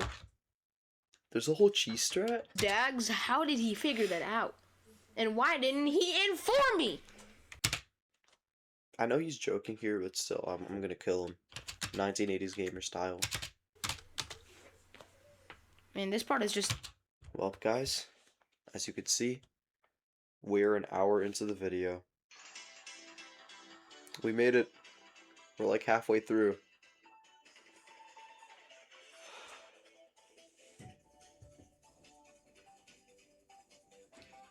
At 100... I can't talk. I'm too sleepy. At 1:27 in the morning, we are halfway, more than halfway, into this absolute snooze fest. I'm gonna give a quick progress update. In the start, I was pausing a lot, actually talking about the video. Now you could tell I'm getting a little bored. At the end of the video, I'm probably gonna be saying nothing. I'm probably just gonna be waiting for it to be over. not fun. That's so fucking dumb. Does that really work every time? What? So dumb. In the other case, you have to replay the Funtime Foxy section over and over and over again just to get another shot at trying to click the button again. It's and annoying. that's it. That's night 3. Genuinely, probably the worst night in the entire game when it Good. comes to content. You exit parts and When it comes to service, everything. Okay, now I get the night 3 hate. Not Foxy, good. and our Only good transition- part is the jump scares and Circus Baby. And then handing in the ending. But like the actual night is just not fun. Right to night 4. So remember when I said night Visually one it's good. having no content Sound-wise could it's easily good. be made up for, But it's the not other nights fun. were stacked with content? That's pretty much completely out the window now. For the sake of putting this all on the table right now, let me break down the rest of the gameplay this game has. Night 4 is one 3-minute minigame that is insanely difficult if you don't know what you're doing. And even if you do know what you're doing, it still serves as an insane difficulty spike in this game with pretty easy challenges thus far. Night 5 pretty Which, much has no gameplay at least it has a whatsoever on challenge. normal run. There's an always And Night fun 5 I feel clicking like is a button section. bit too empty. There is no minigame here. Oh shoot, so let me get this straight. Night 1 is an introduction to get you for a game that's going to look very hectic. Night 2 is basically all gameplay and tries to go all in. Night 3 is just weird. Night 4 is all difficulty. Night 5 is all story. And then Night 6, I mean, I guess Night 4 is the most similar to like FNAF style. Besides Night 6, the private room, which is just a masterclass of gameplay. Night 2 is the only one that feels like a full-fledged night. Here. Like I guess the keypad, but the keypad is okay. Like Night 5, I just feel like is like the closure.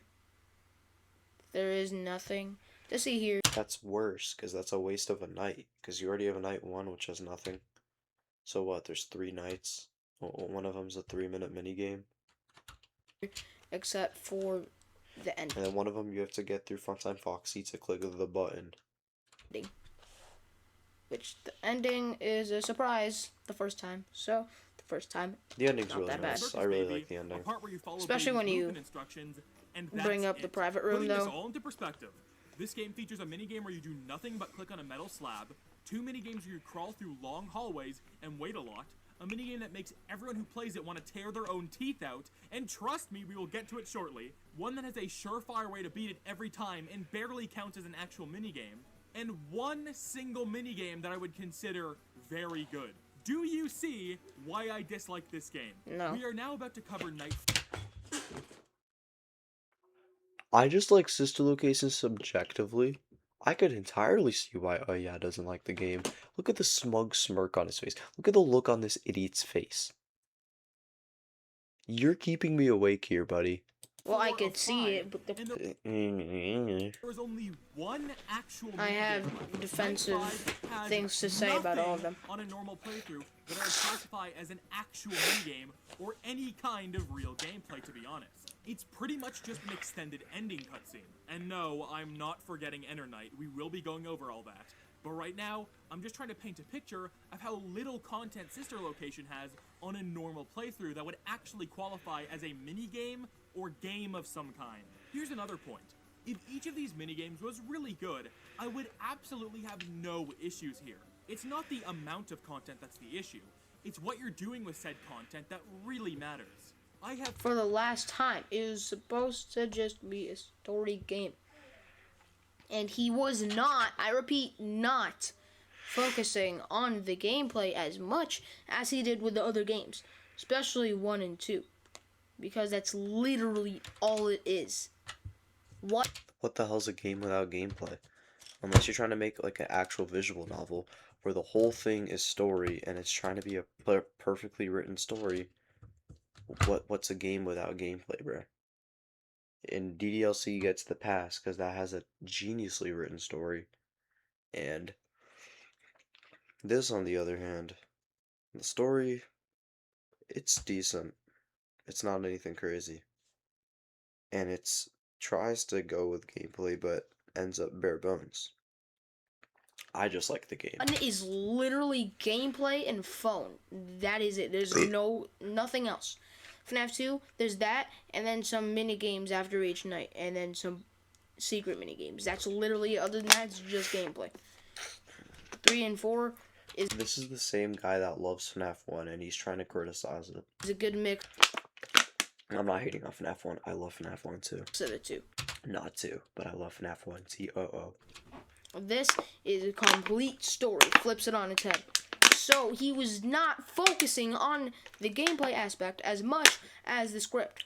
He was focusing, like, it was probably 70-30 or 60-40. That's not Storyline, good. because there's a lot of story, a lot of stuff happening. It's supposed to be tense, which not the I feel 60-40, but there was a lot more effort put into the 60 than the 40, and the 60 kind of just falls flat. second time playing. It is still scary though. My title is this game is scarier than I remember it being, especially with the loud headphones. So that's On a first playthrough or a playthrough that's way after your first playthrough, hey, it is. the point. It was supposed to be story heavy. I'm not gonna pause and say that anymore. I've played tons I of hope short games. you that guys were fun from understand. start to I hope you don't pause to do that anymore. finish. It's And I have story high praise for. based. And if every single minigame in Sister Location was an absolute banger, Comment I would down be below singing what you high think praises about right my now. points, With the and if it's a reality hot of the take, or if you situation have your is, own hot take about it. Most of these minigames are either I'd love to lacking in hear it. something or downright suck ass. What you're really left with here when you strip all the minigames away is an interactive visual novel, which is fine if you're into that.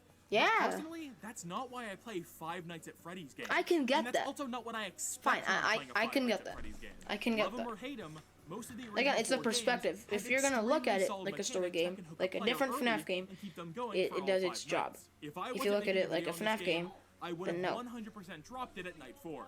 Speaking of, video games need to have difficulty curves. I know, right? They do. What a hot take. Ooh, really coming in there. Ooh. If a game is too easy the entire way through, a player might just get bored and stop playing at some point. If a game is too hard, a player might just give up straight away from the unfair challenge. You really need to find that sweet spot. Whereas the player improves at the game, so will the game increase in difficulty. That's what FNAF When it 1 comes did to well. The regular FNAF games, And I this is guess done 4, but fairly not really. effortlessly. Every character has an AI level, and as you finish nights, those levels increase. On top of that, new threats are FNAF 2 added is to just hard. challenge the FNAF player 3 is just on easy. top of the FNAF 4 is existing just knowledge unfair. you've gained from FNAF I'm gonna kill him. I'm gonna kill him. I'm gonna kill him. I'm gonna kill him. I'm gonna kill him. I really wish I had a knife in my room so I could do one of the things where I'm just like, 1 does that nights. well. Sister Location, on the other hand, would be a very hard game to make a good difficulty curve for. Because each night is so different, the player isn't really learning anything from minigame to minigame that they could actually use going forward. The closest thing to that here mind you, she's a 8 feet giant. Circus Baby is 8 feet tall. That's insane. would be the knowledge from Ballora Gallery kind of carrying over to Funtime I'm a freaking midget compared to Baby. Auditorium. So, I do indeed understand that making a super fair and balanced difficulty You don't curve need for a that. game like this I would be a understand that challenge. you expect But, oh my gameplay from a God, FNAF game, Did Night 4 but- just drop the ball completely? The intention here was definitely to make this I think night it's tough a as nails. big spike, but at least it has Jesus, a nothing challenge. could have truly prepared the player for this. The night picks up right after the events of Night 3. At least it has a Since Michael challenge. Ashton got jump scared by Funtime Foxy instead of properly finishing his shift, he finds himself trapped in a springlock suit. Like, for the last time, I can get why you expect a gameplay from a FNAF game and not story. But if you look at it from a different perspective, that can't affect. Why do you expect gameplay from a FNAF game and not a story? Why do you expect a story from every game that's not a visual novel?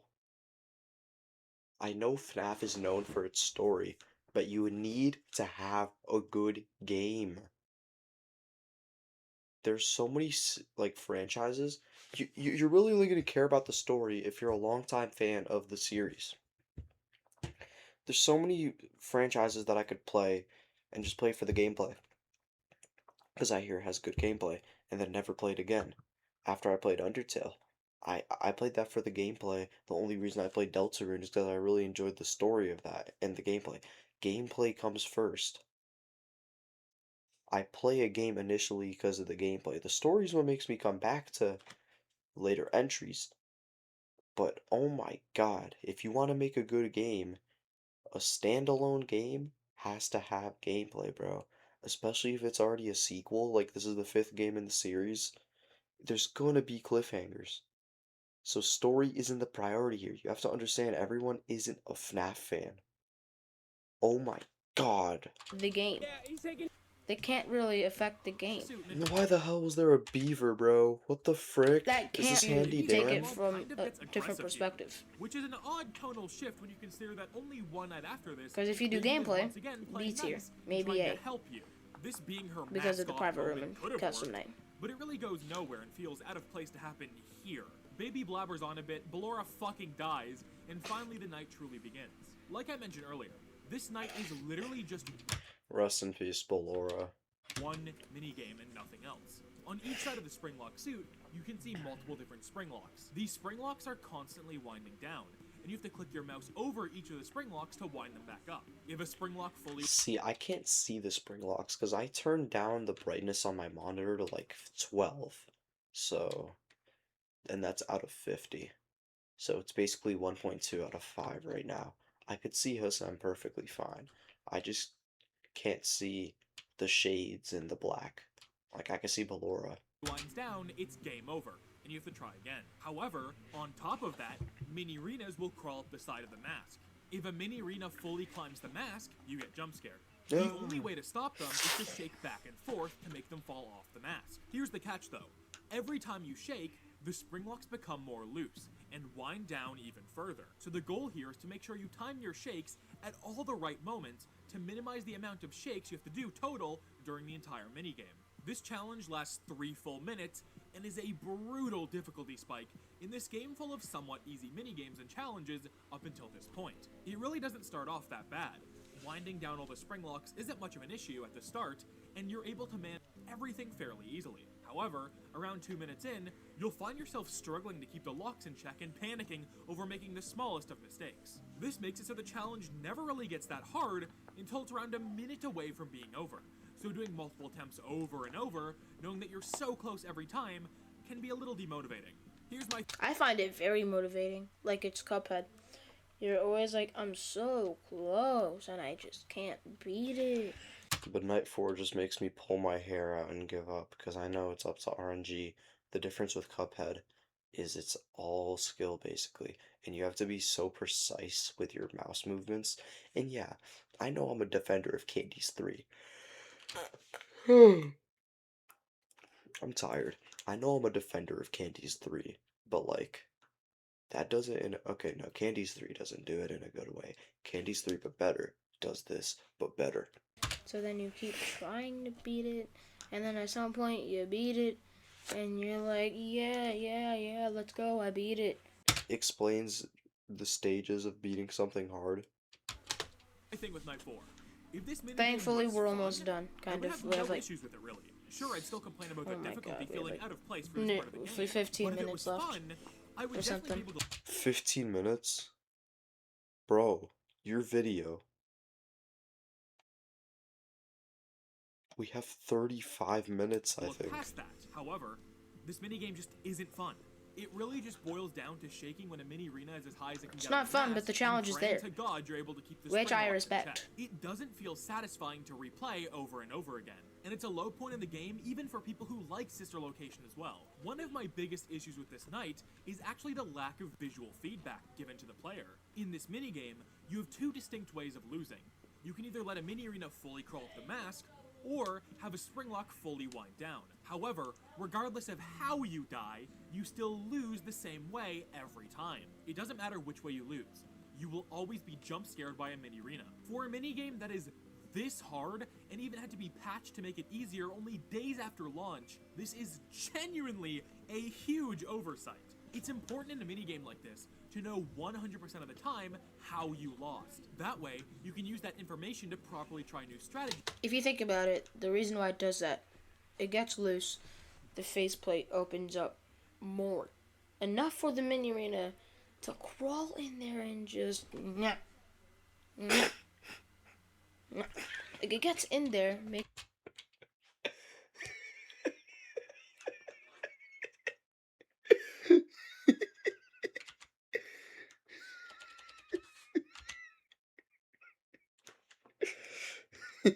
up more. Enough for the mini arena to crawl in there What is he doing? and just like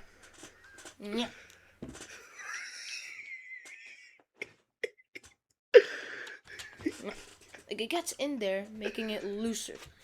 Oh my And you God. wiggling makes it looser. So I want to ask you this: what jump scare would it be if it wasn't the mini arena? Like a pass out thing, or maybe just a different animation? A different spring animation. lock. Like, A spring lock.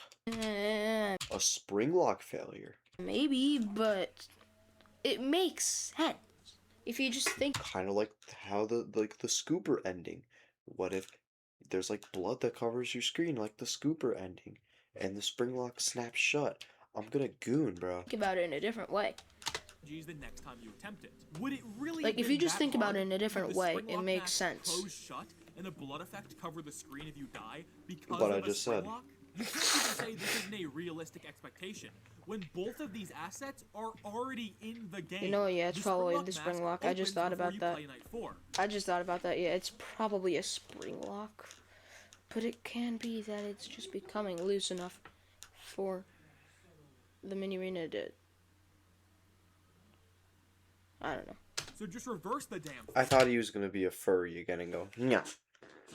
Oh my Speed God. it up a bit, add a slight bump or shake effect for impact, and you have your closing animation. Even this blood splatter I speak of is literally in the game when you get scooped at the end What the hell did I just say? I'm reading this man's mind. of it. The assets were literally already there for this to work, but instead, we're left with looking at mini arenas for potentially hours of attempts depending on how much you struggle with this minigame. I was able to finish this minigame in about half See, I couldn't see that because my brightness is down. I could only see the eyes. an hour, but I was already getting bored Also, of it by the probably 20 like minute 40, mark. 50 The minutes. gameplay here is not engaging enough for me to actively want to deal with the bullshit for very long. Also, something I see almost nobody talk about is the swarm of mini arenas that crawl into the suit during this minigame. While It makes a you think it's a visual, threat. It's an insanely poor idea to put something like this here. Someone going in blind will realistically think this is some kind of mechanic at first and Yeah. probably lose a few times trying to shake them away. Hey, maybe if this was linked to some kind of mechanic and the whole thing was rebalanced a bit, it would be a lot more fun.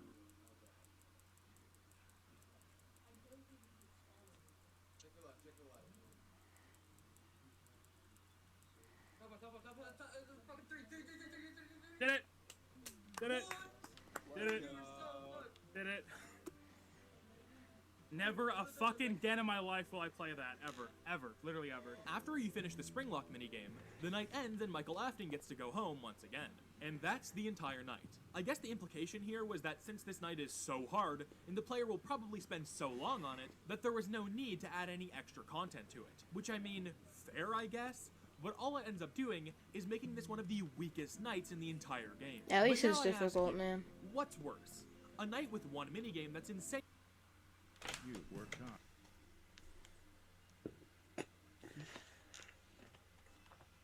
Something. Insanely hard for some reason, or a night with pretty much zero content. One quick elevator ride and a haha funny exotic butters joke later, and we finally made it to the last night of Sister Location. At least there's the This hanged night man. tasks you with going back through Funtime Auditorium The hung man. to reach Parks and Service again. However, on your way through the auditorium, there's nothing that can actually jump scare you. That's right. Here you're able to run through the room without actually doing a minigame. Here's my issue with that though. Yes, I understand why there's nothing here anymore from a story standpoint. All the animatronics are currently a pile of spaghetti holding a clown mask. But would this not have been the perfect moment in the game to finally reach back to some of those FNAF core gameplay roots? Hell Here's yeah. what I mean. On night 2, you go through Ballora Gallery. On night 3, you have to go through Funtime Auditorium. Both of these sections involve crawling through a dark room and trying to reach the other side. So, wouldn't it have been really cool if now on night 5, both of these mechanics were combined to serve as one final challenge that you would actually have practiced for Hell already yeah. thanks to the previous crawling minigames.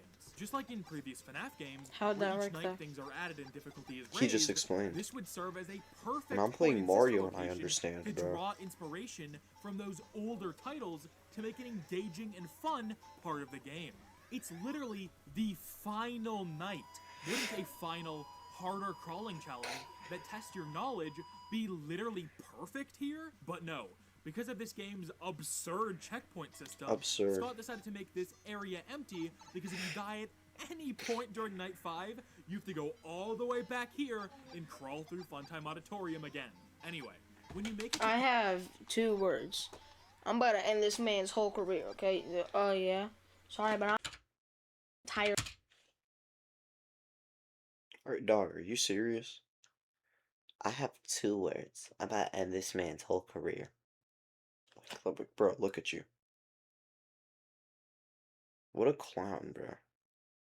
What a freaking clown. 2 words, Chi-Town, Southside, worldwide. Career in 2 words. Private room.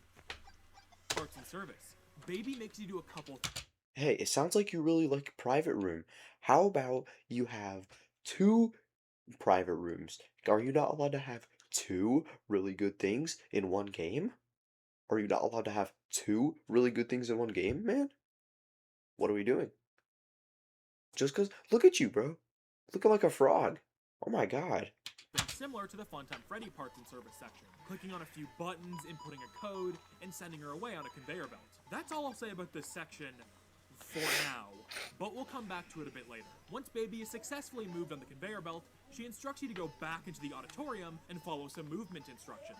If you mess up any of the movement instructions, Maskless Ennard will jump scare you. Successfully follow Baby's instructions, and you're greeted with the scooping room. You then No. proceed to get scooped of all your insides and worn like a skin suit by Ennard. The end. While this ending cutscene is very cool, the buildup of Night 5 is so non-existent that it leaves me with a feeling of that's Accidentally it? went to World 3 No instead of big World final 4. minigame or anything at all, really? Just a bit of button clicking and crawling in the dark?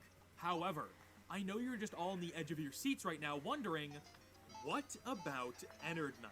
Alright, so here's the deal, okay? Night 5 not having any actual minigame is kind of a lie. On a normal playthrough, there isn't anything.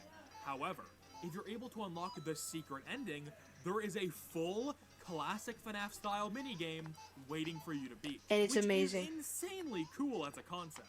Sure, it would have hit harder if the rest of the game was good, but just the fact it's there is at least something to look forward to. So, you're probably wondering, how do you unlock this secret ending? Okay, so occasionally when you game over in Sister Location, instead of the normal game over screen, you're met with a pixelated minigame where you play a circus baby and give cupcakes to children. You're given a pretty strict time limit here, and have to feed the kids the cupcakes in a certain order to feed them all. Once every kid is fed, an ice cream cone will be waiting at the end of the map. You have to take this ice cream cone all the way back to the start of the map to truly beat the minigame. On paper, the idea is okay. In execution, this sucks. Oh my god, I hear sucks so myself in the badly. background. Okay, let me explain. This minigame is hard as hell to master if For you're going real. into the game blind. You need to do a lot of specific I guess. things to It complete was not that And the hard only though to real me. hit you have What a freaking nerd. is that extra bit of baby dialogue from earlier in the game. Once you figure out how to do it all, it becomes second Well, nature. I cannot imagine the guy that first figured this out. This is... Okay, is it more absurd than Stage 01 in FNAF 3? No, it's not. Like, this is literally just routing something that's just inputting some random goop into the wall, bro. Maybe. No, it's Probably not. But still, the guy that was like, I know how to beat this minigame. But that's routing something. gotta That doesn't applaud take them. as much effort. Like, it's cool. Like, the Easter egg is cool, but it's ridiculous to figure out. But if you're just using YouTube, it's not that bad. It's also not that hard to master. But learning how to do this whole thing perfectly can take a while. Clearly, Scott Maybe the first understood time it could this. take, like, Having the player need 10 a random tries, chance but- game over minigame for an opportunity to try and beat the minigame is kind of an insane task. His solution to this? Have a secret 8-bit baby hidden away on the extras menu that lets you play the minigame as many times as you want. This then brings up the question, what in the world was the point of this being a death minigame at all? Any sane person would never do this during the main story. Why am I low-key blazing through World 3 without knowing it? I just meant to go 1-2, no, 1-1, 1-2, For the first 4-1, time. 4-2, So it and really then just World 8. boils down to, hey, do you want the secret ending?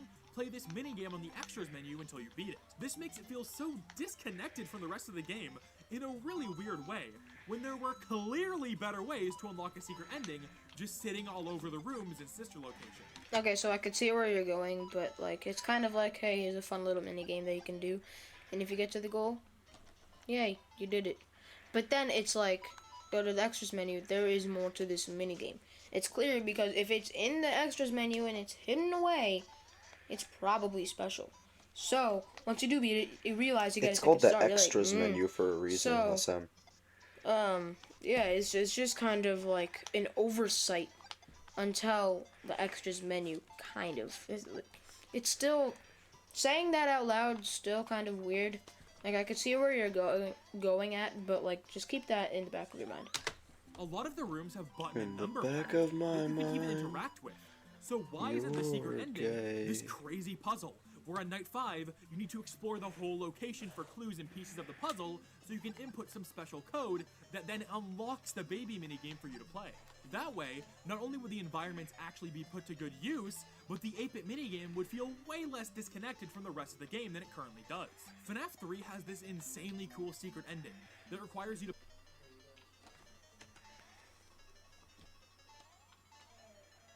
What the hell is that? I need to see this. You got me paused in the middle of 3-4 to see this.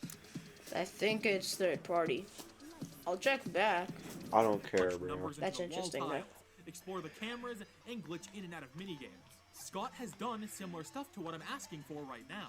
It just feels like such a waste to have this ending essentially locked behind an extras menu game. I am a master at this minigame now, though. I mean, just watch this. Alright, let's get this shit over with. Oh my god. Lamest way to unlock a secret ending in the series thus far aside, I seriously just blazed through all of World 3 because I accidentally went in the warp zone. I just sight read the whole thing, and I didn't take. No, I took damage once, and it was at the beginning of 3-1. I don't know any of those levels. 4-1 time, back to the normal run. I'm gonna die to Lakitu. what about the actual meat and potatoes here? What about Ennard Night? Once you've successfully given the ice cream to Elizabeth Afton, you're able to go back into Ennard Night Night. 5 and reach the secret ending. To do that, You have to play the game normally until you reach the part where Baby instructs you with directions in the dark. Instead of listening to her, immediately go up and right to reach the private room. The private room is set up like a classic FNAF game, with a couple twists. You have the standard doors on each side of the room, and a camera to check the location. But now there's a top vent as well that you can close. This night features Ennard trying to get into the room by using any of the 3 entrances. It's your job to track them on the camera and block the correct doors when the time is right. However, there's a catch. The power in this is brutal. If you lose too much power at any point during the night, it's probably game over. The actual goal here is to not use your cameras as much as possible to save power, and instead, listen to Ennard's audio cues to time your movements. It's Every really time good. Ennard moves, a sound can be heard. You can use these sounds to track them throughout the location without I'm on even a checking roll the right now. cameras. Essentially, Took what no this boils damage in down 4-1. to is checking the 3 cameras that are closest to the 3 different room entrances and Watch using me the die in positions on the 4-2, cameras bro. mixed with the sound cues to know when to shut the doors. The night itself is actually not that hard. It's pretty simple to track Ennard, and it only really gets super crazy near the end. The real challenge here comes with how much power you have. It almost feels unfair at times how strict this is. At If this Ennard point, I've decides to be a kind of dick mastered and it. chills at the door for too I can long, beat him it's multiple hard to make a times within comeback one after day. that. Have you During now? the But I have multiple to hours I focus. attempted Like, it's Ennard still night, tough. almost every Still single hard. death I had was And first linked to time, it running out took of me a power and while, not my own man. abilities to Aren't block you a Ennard big out of the shot? room. But wait, if this night is so simple minus the power being a bitch, why did this take me so long? Well, friends, it's time to introduce you to the absolute worst of Sister Location's checkpoint system. I'm just gonna be straight up here. If Oh, I for wasn't making sure. a video on this game, I hate the private room checkpoint system so much. And the private room is so flawless, but the checkpoint system makes me not want to play it, bro. Like, I would genuinely be playing it in my free time if it weren't for that checkpoint system. I'm in World 8 now. there is no way in hell I would have actually gone through with beating this. But I did. Oh, I did. And now I'm here to tell the tale. Okay, so as we've already established, Ennard Knight has an extremely strict power limit that makes it a pretty tough challenge that will realistically take an average player quite a while to overcome. Most tough FNAF challenges are like this, so that's not that big of a surprise. It's never an issue though, because if you die, you can always just restart from the beginning right away and give it another shot. But how silly of me. I forgot, this isn't just most FNAF games. This is Sister Location. So what was messed up this time? What do you think the punishment is for losing Ennard Knight? You're sent all the way back to the very start of the night. Not the start of Ennard Night, the start of Sister Location Night 5. Yes, every single time you lose in this hard challenge, you have to crawl through the auditorium again, do Baby's keypad again, click all the buttons again, watch her slowly move on the conveyor belt again, disobey her orders again, and crawl to the safe room again. Every single time! Somehow, I could this hear him isn't the clapping. worst part. In this game, full of give scripted up. elements that never change, The one of one the part. few things Okay, I can stop there. The one thing that's randomly generated is the needed to retry the Ennard Night. And first time on the Switch, it was real, bro. so annoying. It was sucked on the Switch. I could vouch for him. Absurd. But like now I just put, like, since I have it on the PC, I just put the mouse at, like, my mouse sensitivity, if you have that. I just put it at the lowest and just move and be careful. I still die at it and it's still annoying, especially with the back of my mind. I could easily die here because it's a very tight window. But still, it's the one randomly generated part. in this game full of scripted elements that never change. One of the few things that is actually randomized is the numbers you have to input on Baby's tiny-ass keypad. So every single time you lose, I you hate have to it. wait for Baby to slowly I'm not playing Mario tell you anymore, I'm locked all the in. numbers as your hand is shaking because one small slip up on the keypad means a game over and a one-way ticket back to the start of the night. And you have to do all that bull crap again. You have to see the hanging dudes. You have to walk through Funtime Auditorium and do all of Baby's goop. So again, another shot at a really hard thing that's harder than Night 4. It's harder than Night 4, bro. Insane. Okay, he's saying the start of the night. At least for like normal people, I've actually gotten really good at Private Room. As your average sister location, like a reviewer, and you're watching this review, You're not average. You're not average at all. You're a glazer. you're like, God, that's absurd. Oh, my fault. I'm sorry accusing you. But like, if I'm gonna be honest, although it is absurd, it's not as absurd as if you actually started at the beginning of the night. You have to go through exotic butters. You have to go through the people that hung themselves or entered hung them or whatever. Oh shoot, I forgot. You actually just start back at the beginning of Fun Time Auditorium. I kind of forgot about that. Yeah, it's bad, but like could be worse, but it's still horrible. I wish you should just retry it to go forward and right. And then go through the freaking full time. At least you don't have to go through exotic butters and the shining the light. But it like, I don't know. It's the bare minimum, bro. Like, as a consumer, if I didn't play the game or watch the game and I heard that, I would say I'm not doing that. But like, the only annoying part is the keypad. Everything else isn't that bad, admittedly. This turns Enter Night into an absolute slog to actually beat and increases the runtime of the game for literally no reason. I think now would be the best time to finally talk about the awful cursor Sister Location has. For some reason, instead of just using your computer's normal mouse, the game replaces it with a terrible custom cursor that is comically large. It makes looking around 3 any cursors on the room screen. We have Oh Yes cursor, Lollylord's cursor, feel weird. mine. For some reason, the mouse bends and curves with the I cylinder never effect, got that. which looks super I bad. didn't realize it makes until sections like the revisiting it, keypad but one it's weird. an absolute pain because of how large and finicky the cursor is. Because of this fake cursor, Sister Location is one of those evil games that traps your regular mouse in place and makes it unusable in any section where the fake cursor is in use. So if you need to tab out for a second, too bad. Either close the entire game, force the fucking task I hate that. It's the same with FNAF 6. manager open to free yourself, or exit to the title screen to get the normal mouse back. I'm lucky that I have a laptop with a touchscreen. Uh-oh, now you don't. So I press Windows and I go to the touchscreen and I just it's like stuck. It does that for the Ultimate Custom Night Game Over. This entire game for the juniors of the 3D sections, for some other things as well, like the Joy of Creation, sometimes. But again, Absolutely terrible. But yeah, it's How much do you want to bet he still has the Among Us? Because I still have the burger. so far the review. First, it was not getting me. This private room stuff, I can understand it. I think everyone can understand Thank it. you. Thank But you. like a lot of the other Thank you, stuff, Lollylord. just no. Thank you, I man. just do not terrible. understand. But I hey, hate at you. least the music track here is pretty goddamn good. Leon Riskin did an incredible job with Sister Location's OST. In fact, I've played a lot of the tracks from it during this video. The obvious standouts here are Venta Black and Watch Your Six, but there's a lot of For great sure. ambient tracks here. Anyway, once Enter Night is finally completed, Michael Afton goes home, I love these captions, bro. Ender Night. finishes his TV show Venta finally, Black is and lives awesome. happily ever after with Enter. The end. The blue. Again. And that The blue was end. Five Nights at Freddy's Sister Location. A game He makes it sound terrible. He said he was gonna be fair, but he wasn't. He was constantly in. You know what connotation is, right? You know what connotation. And Bro, he looks like Aaron Westbury, the comedy guy. That's what his facial expressions look like right now.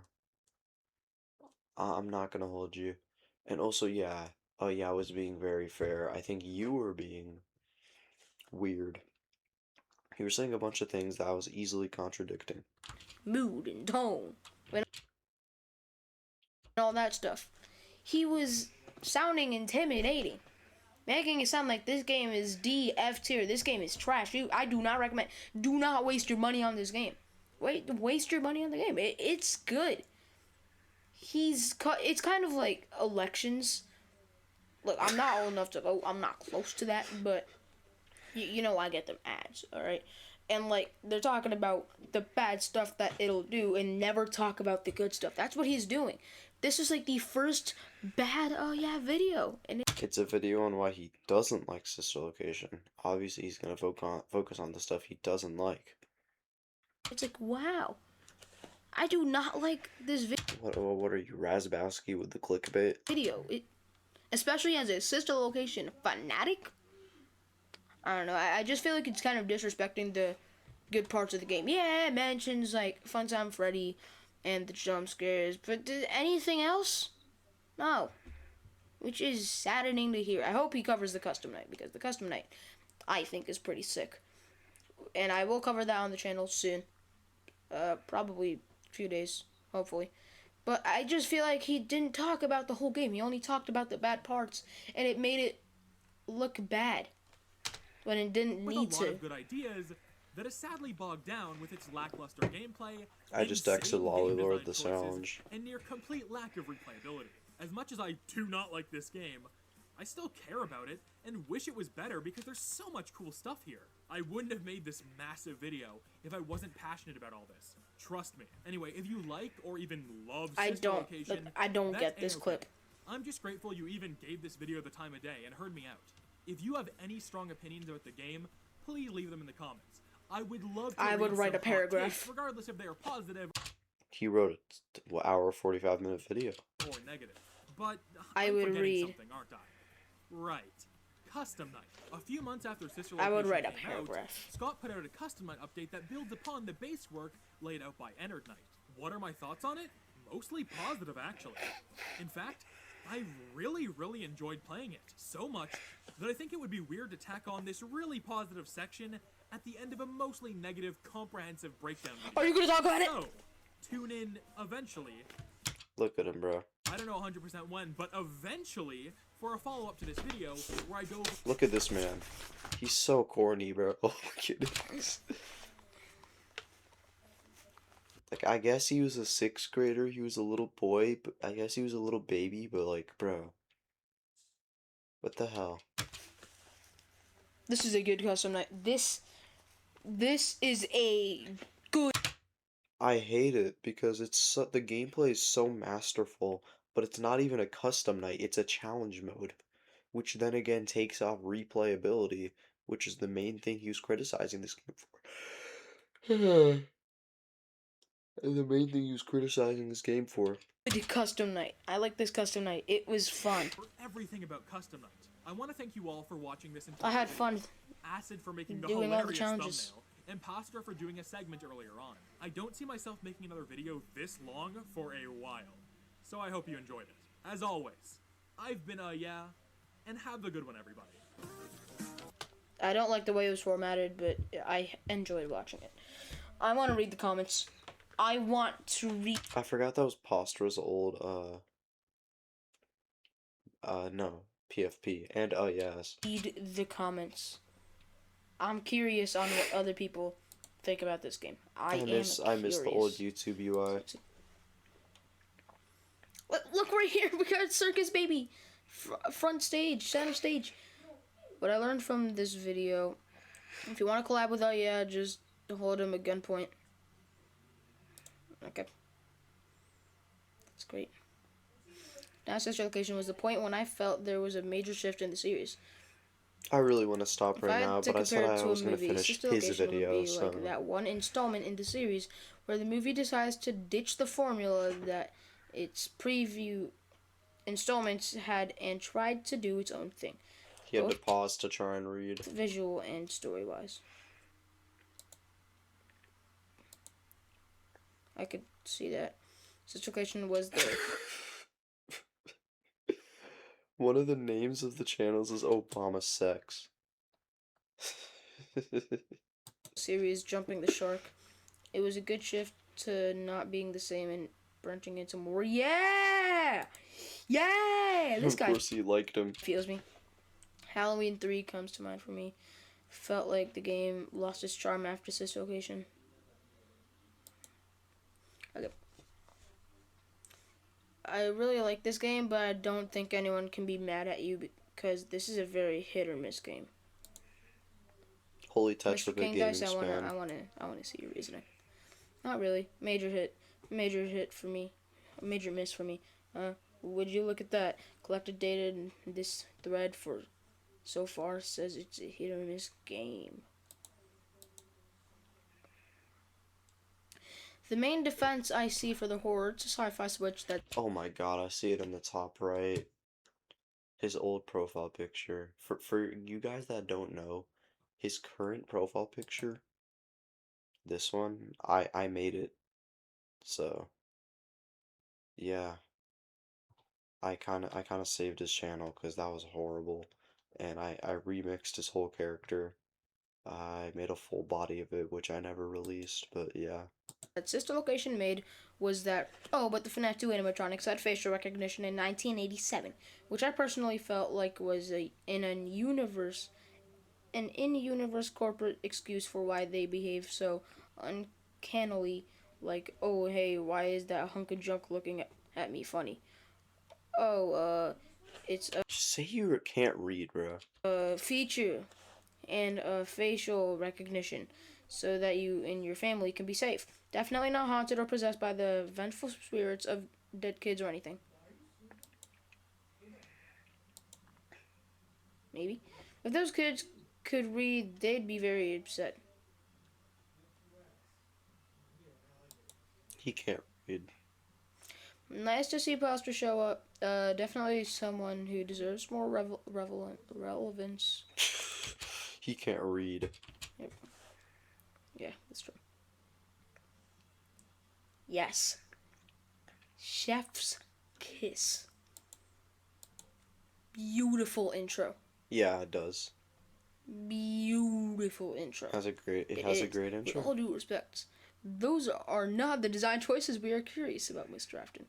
It's where the Speaking of name the intro, Afton becomes canon in game, I think. it does. It is. I understand it from a lore perspective, but I like the skill-based checking cameras and closing doors of the other games. Same. See, at least this guy respects it from a different perspective. That's something, yeah, by what I saw. I'm not, but by what he was talking about and how he was projecting it, he's like, FNAF is FNAF. Which I can get, but the game is obviously different. Despite what he says, for me, Sister Location is one of, if the cleanest and well horror-balanced FNAF game there is, in my opinion. The graphics are clean and the gameplay and it clean. The voice acting is amazing and the horror elements are clean. Also, the lore story being told is quite interesting to me, at least. The only downside is if you die, you start over, and if you are a casual FNAF enjoyer, it will feel Freaking read. like hell. So I think that's the only bad thing I could say about it. Other than that, it's a great FNAF game. I rarely see people who like the game.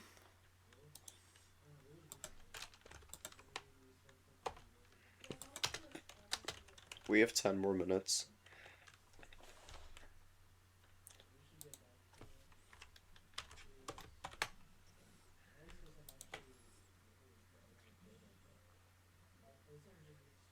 You see, I see where this guy's coming from. Sister Location Squad, rise up. Yeah, it felt so different from the other FNAFs. Really loved it. Still, the problems lore and gameplay wise really hurt. Death by 1,000 pinches. The game feels more like a visual novel than a game, but even most of those have choices you can make. The biggest jump scare in the entire game was 100% Foster's intro.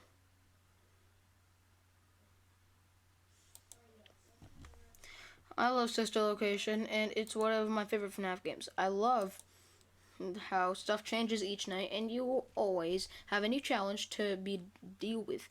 But I also can't wait to see your opinion on this FNAF game. Keep up the great work. I watched the vid, and I respect your view on the game. To be honest, I hated Night 4, but I think everyone who played Sister Location did. I'm going to replay the game today and see if I like it as much as I used to. Well, hope you'll have fun. Thank you.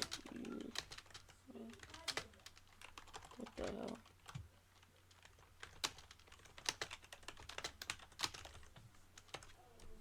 Okay. I'm going to write my own response in a minute. Each night more stuff is added or made harder until you beat the game. Imagine if FNAF had 50 nights. It's also insane. It's been 8 years since the franchise can't was made by spell. Skyrocket. Okay, so I'm gonna make a legitimate response. He said he loves seeing the criticism and uncriticism. I'm gonna start off with a really hot take. This is my favorite FNAF game.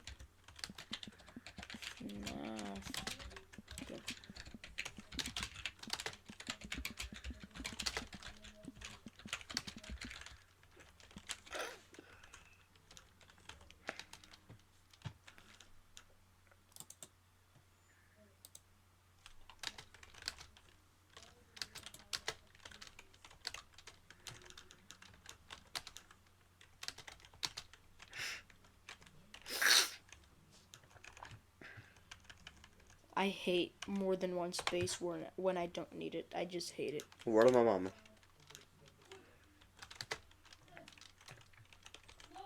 I look at this game from a story-based perspective. Scripted. Story-based. It's the point of the game. It's like Poppy Playtime. It's supposed to be tense building the first time. Yeah, bro. Is that the point of the horror game?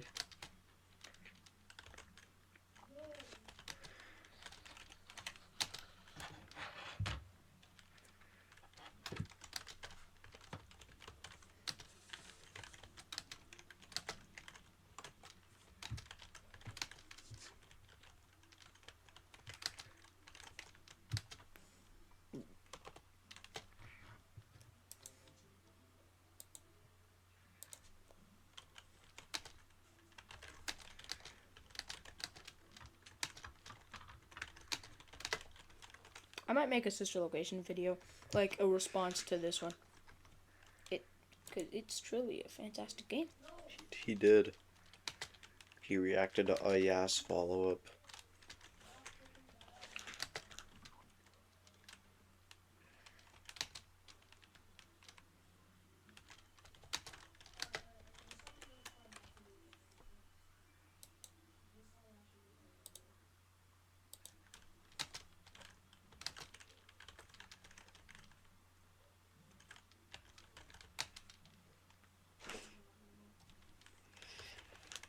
What does this guy do in his days? So you're telling me in this day he spent like 2 hours recording this, and I could see this is at nighttime. Earlier today he recorded and uploaded 2 Baldi's Basics videos, and also watched this in the past 5 hours. He watched this 30-minute 8-bit Ryan video in full. What do you do? What? I forgot how much of a chud this man used to be. Oh my god. I'm glad he's not like this anymore. I'm glad he edits his videos, because I don't need to see this, but I need to see it for the sake of the challenge. I'm not reading it. I'm not reading what he's saying, because I don't care. I happily don't care.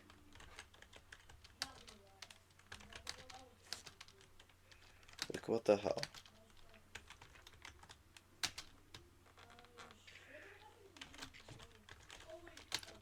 Thank you. What the hell? What?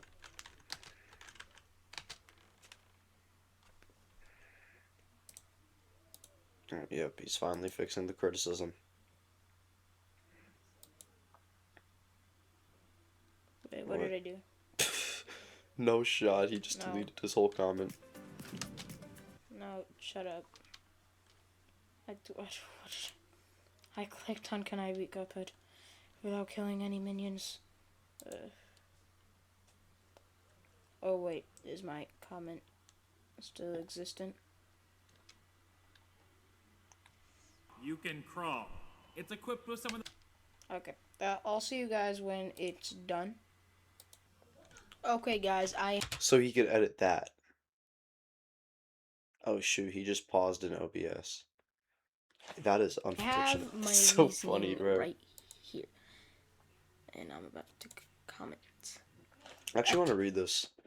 FNAF Sister Location is my favorite FNAF game. The atmosphere and ambience makes a truly scary and fun experience. I look at it from a story-based perspective, and if you look at it that way, it does its job really well. It might not be that intriguing when dying over and over again, or replaying the game entirely, but the true scares I get from this game is what makes it fun almost the whole way through. I have my criticism for Night 4 and very highly criticism for Night 3, but overall it's fantastic. You know what? The way you put it here is okay. It's just the way you voice your opinion to yeah and hate on him for it is not it. Okay. Told you I'd write a whole paragraph. FNAF Sister Location is my favorite FNAF game. The atmosphere and ambience makes it a truly scary and fun experience. I look at it from a story-based perspective, and if you look at it that way, it Oh doesn't shoot, fun he's as in reading FNAF it. 3. But overall, it's fantastic. Private Room is amazing. The reasoning I have for this being my, but I respect your opinions, although I highly disagree. So I didn't.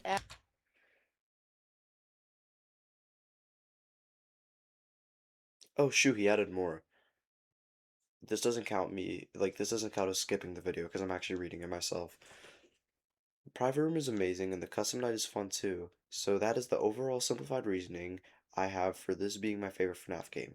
So as a FNAF Sister Location fan, I was angry for a lot of the video, but I respect your opinions. No, you don't. Although I highly disagree. Yes, you do. Add the recording part, but also just the amount of frightening moments I had made it fun. It like that is the only Yeah. FNAF game that was actually scary when playing it. Even revisiting it, it was actually more scary than originally because I had headphones on Oh my and god. I wasn't So scary. many feet or meters away from a TV, and I was Meters, bro. He has to embrace that true Arab in him. playing it right at a laptop, like probably a couple feet away from me. Yeah. So, yeah. He has to embrace That the was the Morocco. reaction to Sister Location video, and I just want to see this opening again because it was actually a pretty sick intro. There's no doubting what you've achieved on a technical level. Oh my god. This is clearly pushing the engine. There are just Oh my god. certain design choices that were made for this game I'm gonna save that some we time don't here. fully understand. We were hoping that you could shed some light on those. You can walk, you can crawl. It's equipped with some of the best environments this series has ever seen. It has a variety of gameplay styles. It even has an entire voice cast. With all due respect, those aren't the design choices we were curious about, Mr. Coffin. So yeah, I also didn't mention it has an awesome intro, but yeah, that's gonna be it. This was a 2-hour long video. My God. Oh But my god. yeah, with that, thank you guys so much for watching. If you stuck all the way here, thank you so much. I seriously appreciate it. You're welcome. It Yeah, wasn't the fun. video was formatted well. The opinions, I highly disagree with a lot of them, but I respect your opinion for thinking it's the worst, other than Security Breach and hopefully FNAF World. FNAF World is still like C or B to me, but still. So with that, thank you guys so much for sticking around. Yeah, if you saw the comment, that's what you asked for. If you're seeing the video, thanks, I guess. This is my favorite FNAF game, and that's why I decided to make a 2-hour long reaction video to it. And with that, I will see you all in the next one. Bye bye. Okay. Okay. So, I'm just gonna tell you my thoughts on the whole kit and caboodle right now. So, post challenge, the video wasn't good. I'll tell you that. There was just a lot of stuff he could have left out. What the hell? My camera just went blur mode. Um, I got very bored. I didn't want to see him type that whole comment and then it got deleted. Like, what the hell, man? Why'd you do this to me? I think the takes suck. The takes make no sense. But when it comes to the actual challenge, I enjoyed it. You know, it may have been a torture chamber, but like, example, I texted two of my friends that I was doing this challenge. One of them, I didn't even explain what the challenge was. I said no time to explain, and I told him, yeah, it's gonna suck. Wish me luck. He was like, okay, good luck. And that was Crispy Onion Man, by the way. I just dropped a video with him because I was bored. And the other one, I texted my friend, and she doesn't know about my channel really, but I texted her, and I was like, yo, I'm recording this video, and I'm reacting to one of my brother's old videos that it's his least favorite video he's ever made, and I'm doing it while sleep deprived. And she was just like, wow, good night. And I said, yeah, I'm gonna kill myself and doing this in the process. It wasn't that horrible. Am I tired? Yes, I am tired. I do need to get some shut eye. Um, But the sleep deprived dislocation reaction was okay. Like it was whatever. Um, I ended up extending the video another like 40 minutes, just like he did, because this is now breached 2.5 hours. I think the longest video on my channel. But yeah, there's a reason I left this uncut, so you guys could experience the same pain I felt. Um, well, I know you guys are just gonna skip anyway, so you guys really can't experience the pain I felt, but if you do, and if you stick around the whole time, I really appreciate that. I'm now looking into the camera a lot because I'm seeing the crazy dark circles under my eyes. I'm trying to look into the camera though. But yeah, um, that's really about it. I need to go get some shut-eye. Lolly Lord, drop better content. That's about it. Swag out.